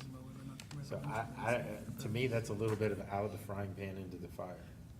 And I don't know that the level ones have to be the same, that might have been convenient at one point, but like I said, it's very typical to have non-residential rates being lower than residential. Just here. Or you come, no, you won't. Or you come back and you decide what is the overall current day strategy based upon how long this model has been used, 2005, and whether you determine you want to re-strategize your desire for what the water system is to be, and you literally blow this model up and make a new one. Wow. I wouldn't be. Is that a valid or? I'm not saying it's my recommendation, but In the absence of direction, yes. Jeez. and be careful what you ask for in that instance, because you might not like what you get. Or you might. Or we might. Same problem, these Right. residential, we're gonna see less of an increase, Is that something you guys would want right? I to? just That's would my like to- 0% increase. I know. I just prefer to, make this Councilman at Alshire. 14% I for the just- entire 20 year. years of experience. Institutional now. knowledge is Yes. this. I mean, at some point, a customer's gonna look at this and go, Only for this class. okay, I'm on a Shift 3/4 inch it. meter, I'm a residential And customer, just- I'm using 40,000 gallons a quarter, I'm paying the same, fixed fee, but when I get above 18,000, my cost goes to 441, and the non-residential stays at 231. Mhm. Like, at some point, I mean, you look at that and go. And I that- think that's where you're, I doesn't- think that's where you're at. Like, So you wanna So come the back question and, is, you wanna come back and, So, you're only gonna be able to do that if you're looking at the system in a more holistic fashion. I mean, I'm not gonna be able to sit here tonight and guess what those numbers are. No. right. No. So I But was at some saying- point, somebody else besides myself has to acknowledge that you're clearly charging a customer that could be across the street from one another two absolutely different rates to You- receive the same You water. are advocating for no classes. No, that's One not, class. that's not what I'm saying. Well, I don't know how else I to know get you these keep rates the saying same. Well, I that think- typically the commercial customer pays less, and I'm not seeing where that is applicable here. So if we shift and make commercial make more than residential, is that equitable? Or do they have to be exactly the same, which then we I have one think that's a class? very Then we valid have one question. class. I think that's a very valid So, question. That may have an answer. yeah, I mean, I let's say think the that bank goes across the back, street from me uses the same amount of water I do, right? Yeah. We got the same line coming in, right? We're paying the same fixed fee. And after a certain number, theirs go down and mine doubles. I mean, the most fair would be every single customer has its own individual rate design, right? I mean, that A doesn't budget make billing any like they do sense. in But I don't California, think- everyone gets their own based But- on their characteristics. But if I'm a residential customer, whether I am a parcel owner or if I live in a 20-unit apartment, right? Should I be treated the same? Right? Versus a company or a non-residential, somebody is doing work that is building something or financial services or whatever. Should I be paying less as that person versus someone that is living in their parcel? And what you were saying, I would have a problem with that.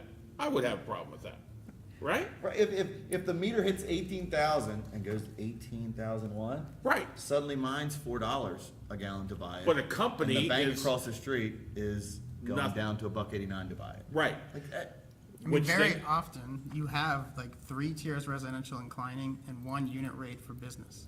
Because businesses just have a bottom line, they're not peaking the system, they're not irrigating, they're not in the morning and the night. They put different characteristics and different demand on the system. And that's where I go back to saying, back in 2005, that may have been perfectly fine with everyone at this table. Maybe now it's not. So what do we do? So do we come I back think, and I think you all have to figure that out, and then we have to go back and make that, put that on this, right? That's where I have to start. If we do the full cost of service analysis, to use your descriptive, blow the model up and, start all over, we need to know that sooner than later, because it takes a while to do that. And so, worst case scenario, we would have to, assuming that you're in 100% agreement, Well, they only have to be in three. okay. Three-fifths well, agreement. okay. 60%. Assuming that the majority agrees, we would have to be before the council in March with that, because it's an ordinance. And, so that it could be adopted and become part of the FY '26, then become the FY '26. My recommendation would be that we get before the council before March, in the event that there isn't a majority concurrence, so that we have time to go back and rework it. So if we want to kind of blow the model apart and start over, staff kind of needs to know ASAP. I think it's become like a philosophical question now. Holistically, he said holistically. Yeah, look at it, and exactly. So that is a blow it up and. And if that's how it has to be done, I think that, it sounds like how, what I'm hearing, at least from you all. There- And I don't necessarily think that is entirely a bad thing, I just would be concerned that what the answer may come back to be. Just I to be mean- clear, that's not But- what you're hearing from me, just to be clear. Well, okay. I could fairly easy tell you what the unit rate would be. If you drop residential, everybody just pays 1 unit rate. I can do the math on that fairly easy. It's just, it will affect customers differently, right? Those who were under that rate will pay more, those who are over that rate would pay Right. less. But then everybody's on the same, if that's what the goal is. I think Then you to can't attempt to argue try and- anybody who's over 18 paying a different rate. They would all pay exactly the same. That's what we do in wastewater. Everybody pays the same unit cost and same fixed fee based on meter I don't size. think that's fair. I mean, but that's, But, At some point, I mean, like I said, we're not gonna solve it this evening. At some point, bullet point 4 has to happen. right. So I don't know whether that was meant to say in 3 years, we're gonna look at it, in 5 years, we're gonna look at it, or we're going to accept what In the back. is presented and bullet point 4 is going to be executed, I, I don't know, in a reasonable timeframe Well- to address this so that we're not taking what we did, you know what I mean, and just kind of, just moderately adjusting it along. It's a situation of like saying, well, we're just gonna do it this way because we've always done it this way, I think. But that's not true. It's not just tradition. It's based on a court case. That's what we're trying to It's protect. a model.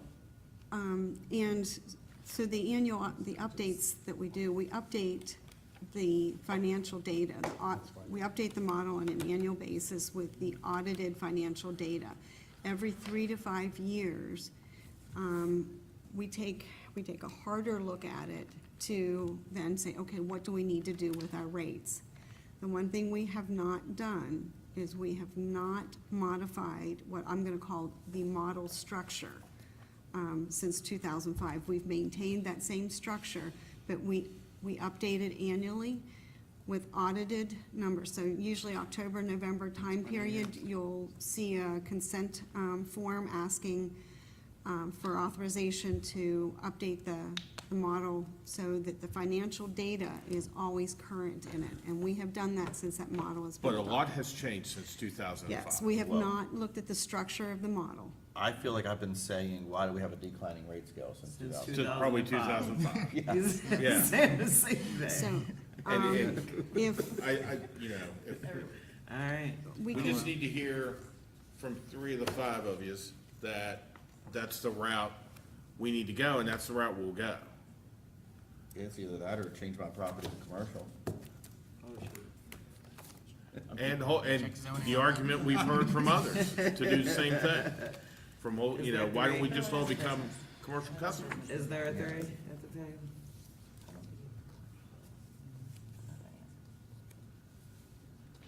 Councilwoman? To blow this up? Well, Not to- necessarily not to blow it necessarily. up, I know, not to blow it up, Just just to Just to reevaluate, reevaluate. I mean, it's to reevaluate the tenets of the model. Yeah. Asking that question now for something that you want to look at, Another administration. yes, for another administration is. But she said that they is would an need to get obstacle. started. Yeah, that's a problem. it's a That's- 6+ The timing They would need does to get not, started, so. I mean, I would have 0. You do right now, though. We're right here, No, I'm right now. saying, if I can't make that decision for someone else in 2020.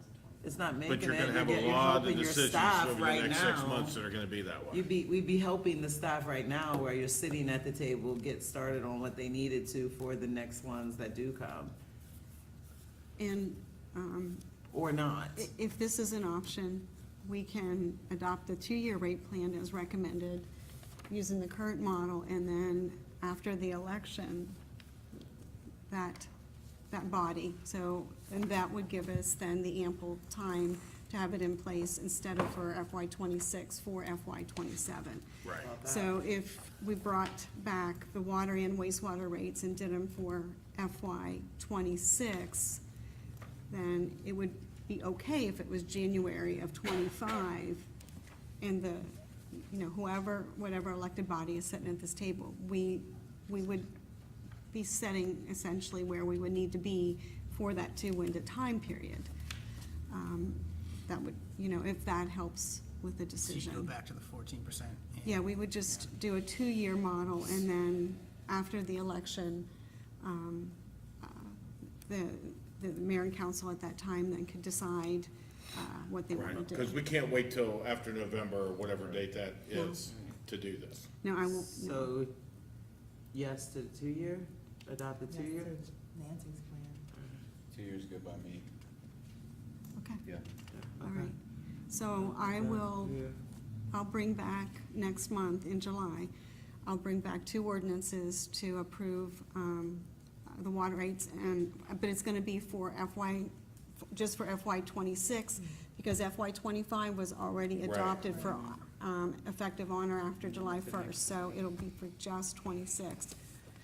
And it'll include those other fees as well, the benefit fees and fire line fees, to keep them current. And then we'll wait for direction after the election. And I know this is have been an extremely painful conversation, especially but I appreciate it, because I think it's a discussion that had to be out there so that anyone would understand that this is not just, we have an infrastructure we need to take care of. And we need to allow for growth, not only inside the city, but outside the city. And we need a plan on how to do that instead of kicking it down the road. And I think this gets us to that position to be able to do that. And if that means a complete reevaluation of the tenets of the model, then that's what we gotta do. So I appreciate Yeah, thank the you. pain. No, no. It's not helpful. I'm working on appreciation. No pain, no gain. Thank you. Thank you very much. All right, Safe travels home. next up, Community Engagement Coordinator, Brittany Ayers, Community Engagement Speaking of pain. Officer. Speaking of pain. I agree with whatever she said. Approved. You got a slideshow? No, I was about to I didn't say, know if I wait should a hit minute. something. You are the slideshow. There we go. Yes, Now, there we those, go. there we go. Good evening. Good Is it evening. evening? Yes, not afternoon anymore. So I'm here before you this evening to propose the part-time events and programs assistant becomes one full-time position. We changed the title to Community Engagement Coordinator. This position will work directly for the Office of Community Engagement to assist with Main Street, city events, farmers market, volunteer program, and committees, Arts and Entertainment District, fundraising, basic graphic design, promotional things, support, and events. Yes, absolutely. So this will come as an official at the next regular Yep, they session. said, We are thank so you, have a excited. good evening. Yep. I'm so excited for you. Yes. Thank you, So Brittany. Fantastic. You put this together. Greatly appreciate it. Peter said yes too. All right, yeah, he said Okay. it before we left. Thank you. All right, moving right along.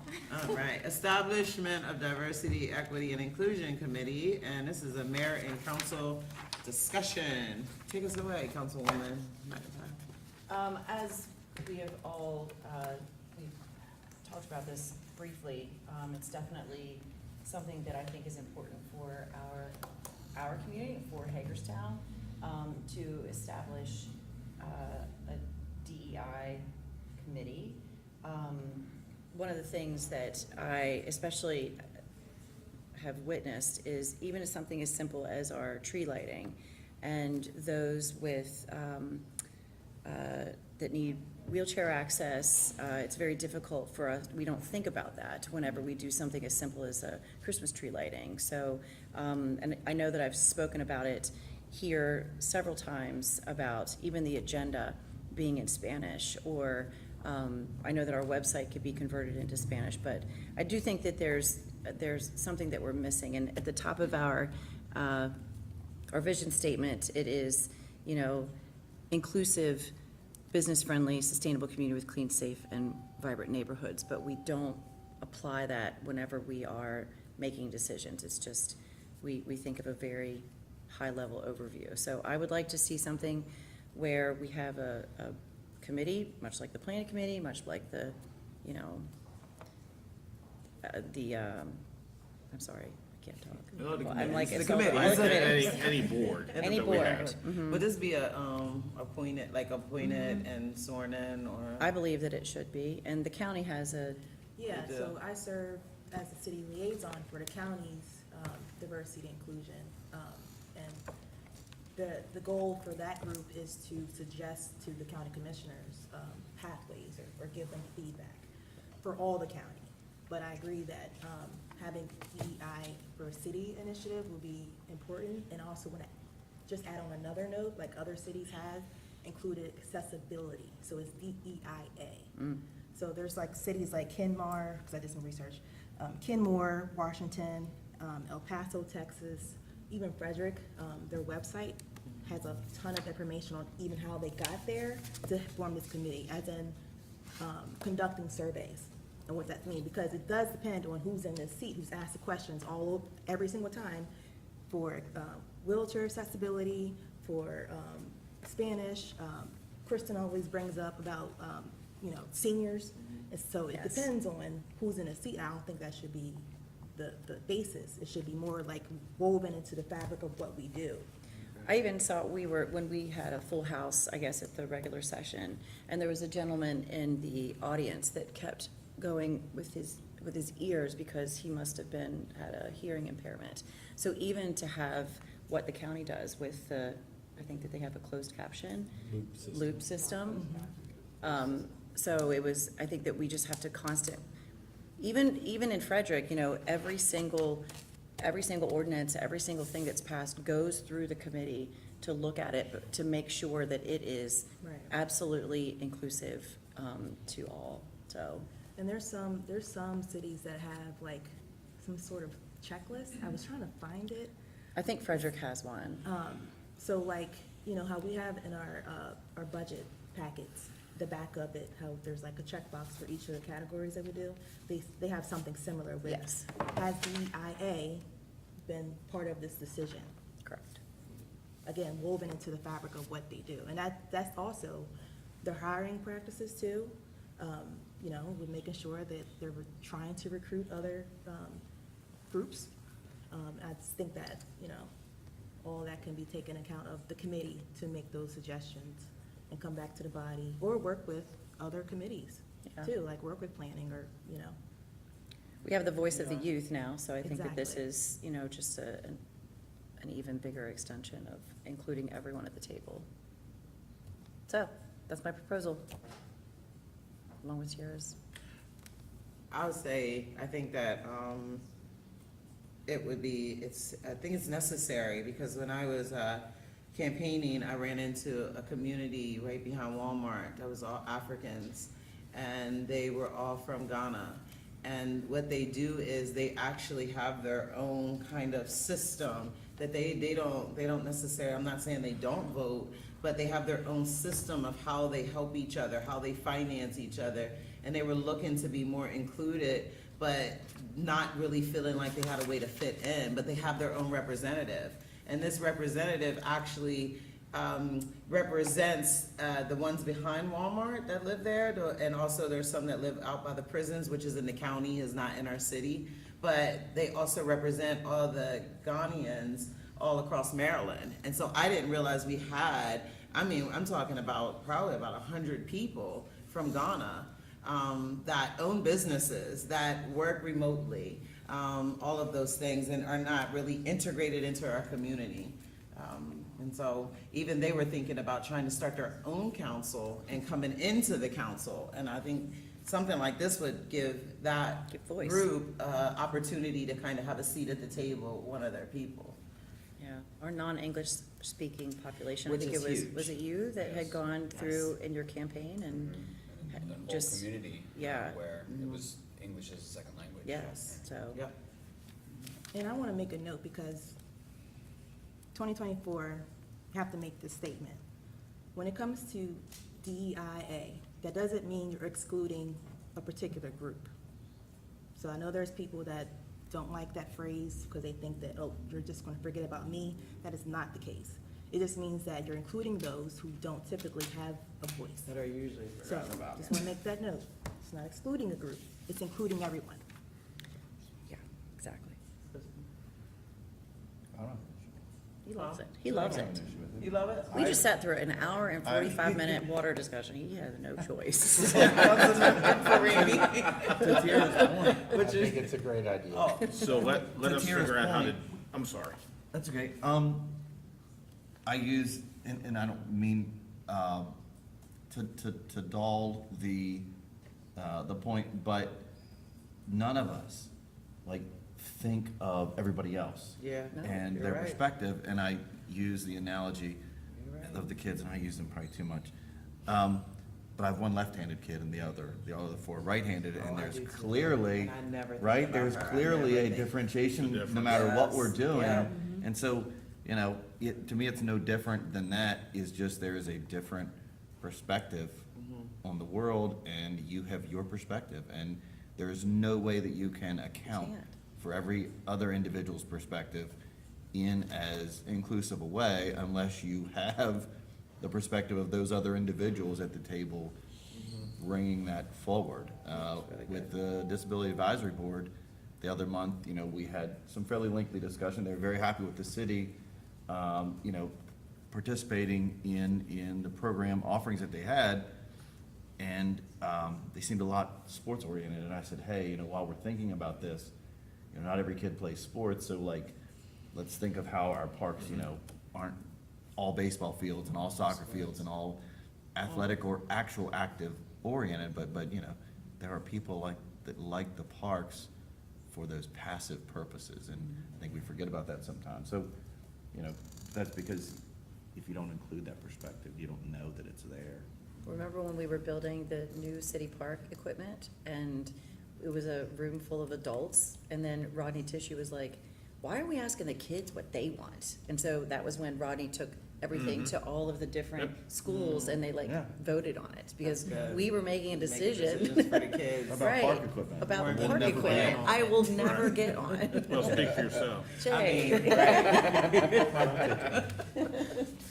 Anyway, Let us, bring back to you how we do this. Thank you. And then we'll get it started. thank you. I'm proud of everyone here, that's amazing, big move, Good job, thank you. thank you. All right, gotta go. Wait, Goodbye. you don't want to do closing comments, City Administrator? No, I really would. Okay, Thanks. all right, see you. Thanks. See you. City Administrator. Just a couple announcement in case folks haven't seen any of this that we've put out. Food Truck Friday is this Friday, the 7th. The Paella and Tapas Place will be serving up Spanish cuisine, and that is on the pad behind the county admin building on Wareham Alley off of Jonathan, first block of Jonathan. Outdoor movie, the first outdoor movie is this week, Friday, June 7th, 7 o'clock at the City Park Band Shell. Wonka is the movie that'll be shown, so that should be pretty crowded. Pre-movie festivities, don't know what they are. I would assume it would include chocolate. Begin at 7 o'clock. The movie begins at dark. Other movies for this summer, the 14th is The Sandlot. Awesome movie. July 12th is Barbie. My granddaughter will go to that one. July 19th is the Super Mario Brothers movie. And August 16th, a movie near and dear to my heart, is Footloose. It's the first movie my wife and I saw together. We were dating back in the day, so there you go. And June 8th, community yard sale, Stables at Fairgrounds Park. It always is a huge event. That starts at 7 o'clock in the morning. That is it for me. Thank you. Councilmember Franny. Just one observation. We're doing a lot of stuff. And we have it seems to me like it's kind of picking up steam, which personally, I think it's great, it's exciting. I just told Councilman McIntyre, this was fun. I know, I heard. Not for everybody, but at the same time, as we have these more elaborate discussions, I think we're putting more, I know that we're asking more of the staff, whether it's, just information, can you get this, can you get that for it? Or take it back, it's just like we just had a discussion, take this back and come back and let us know how we can do it and so forth. And I always used a methodology to try to kind of keep track of stuff like that, especially when you have a group of 6 people who are giving input. And I'd like to ask the administrator if we could kind of do a little bit of formalization of kind of keeping a list of things that we talked about and, kind of who's responsible and what the expectation is, just so that stuff doesn't fall between the cracks. I'm not saying that it does, I'm just saying it just seems to me like it's growing, like there's more and more. And, there's a lot going on. I mean, whether it's, issues just internally with the city, if it's things that we're dealing with, with other levels of government, including in Annapolis. I mean, just a lot going on. So if we could do that, maybe it's a something that I know that the city clerk kind of keeps track of our comments here, and maybe we could just kind of formalize that into, I don't know what you want to, kind of like a tickler file, sometimes it's referred to, or just a to-do list or whatever. So it's just a thought I had. I don't know if there's any interest in that, but Well, yeah, we can talk about that. We've got, I mean, between the weekly report that goes out every week, the minutes here, maybe condensing that into more of a, like a tickler type file, a that, spreadsheet or absolutely. something. Yeah, That could also help with our state of the cities. every Right. year. we kind of have something like that in the budget book. If you look in the budget book, where Michelle goes through and they put in there, I believe it's done by week, actually, what the major discussion items are. But we can look at that, sure. Okay. Nothing? Thank you, that's it. Councilwoman Burnett? Just a few things. I just want to share some good news about the committees, or committees or board that I serve, as a city liaison. So the Community Rescue Service, CRS, are now operating out of their newly built facility in Morgansville. So I just want to say congratulations to them. They worked really hard over the years to get that through, and they're fully operational. And speaking of DEI, the Washington County Diversity Inclusion Committee is going to be holding its first public event after some discussion back in December with the county commissioners about getting rid of that committee. So this is the first public event where they're going to do we're going to do a listening tour. The first one is at Boonesboro's Free Library on June 10th at 6 p.m. So I'm encouraging everyone to go there and give their feedback, because that's going to be taken again and, communicated to the commissioners of, people's feedback. And last week, I met with Norma Layton from Data Achieve. She came to our last State of the City and just was in awe about that presentation, and she just wanted to follow up with me on some of my remarks. But she owns the business. She's a woman. She's born and raised here, and it's just rare that she, I got the question, what can I do for the city? So I really, really appreciate that kind of question. And, we talked for a while and came up with some ideas that I communicated to Brittany earlier today about how to use technology to better engage what's happening downtown, or Main Street, or A&E. And one of the ideas was like a interactive map, like shows like, okay, this is a list of restaurants, and break it down to what these restaurants offer, what kind of food, to other businesses, like, oh, there's a clothing boutique or something like that. So just an idea, but she was gonna take that back and have a conversation with Norma to see if that's feasible. But again, just the question of how can we help the city was really great to hear. And that's it. Thank you. Thank you. Councilmember Ashaw? Nothing this evening. Thank you. Councilmember Schindler? Nothing tonight, thank you. Thank you. Thank you guys for looking at I was just passing these around. I received these as I was leaving Lincolnshire Elementary. The third grade class actually wrote out plans, and of how not quite if I were a mayor, they didn't even understand that essay is coming for them next year. They kind of were just learning about local government. And they kind of wrote out some things and some solutions for us. And so I'll leave them in council office so that we can kind of take a look at them. But one of my favorites is this one, and this one's done on bullying. And this one has bullying, and it has 6 columns. The first column says, what is bullying? He gives a definition, or she gives it, Zayden, gives a definition. The next column is physical bullying, and it goes down to how you physically bully somebody. Then verbal bullying, social, cyber, and then the conclusion says, that's why we gotta just stop bullying.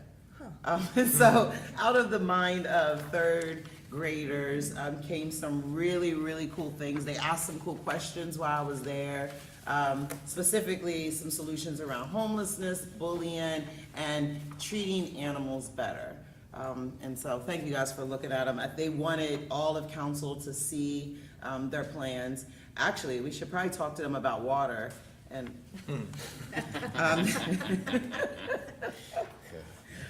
Really good. Thank you, Lincoln Shower. And actually, teacher, Ms. Grove, I think, says she has known you forever, Councilmember Schindler, and to tell you hello and love from Lincoln Shower. That's fantastic. It was an amazing morning this morning.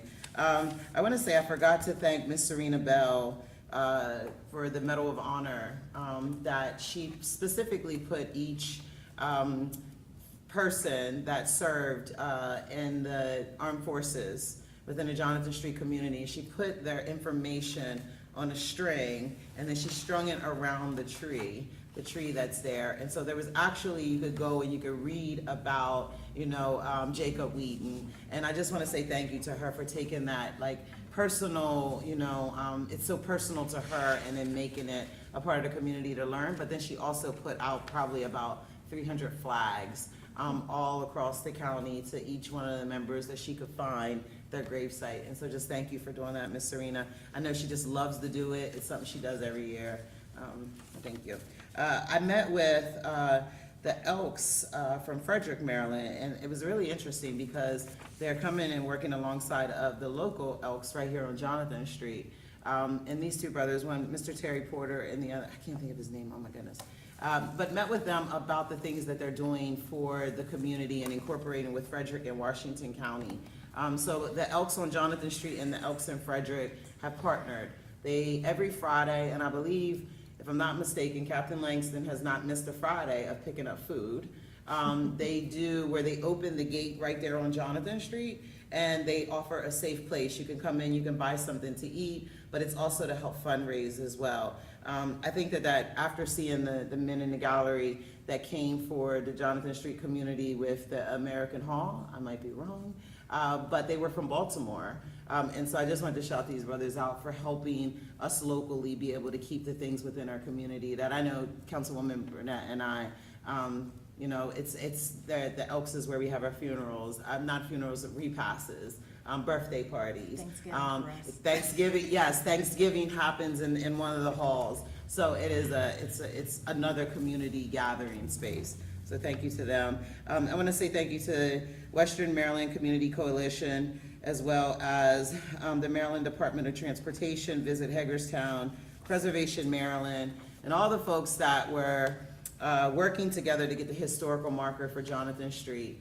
I believe it is up just beyond the post office on Franklin, but it talks about Jonathan Street being one of the oldest black communities and largest black communities in Maryland that was booming. And I thought that's really cool that that's actually up now, that we can see that, there was things that happened that, this was a good place and a lot of economic development happened on Jonathan Street and with families. So thank you for those folks that worked together to put that marker up.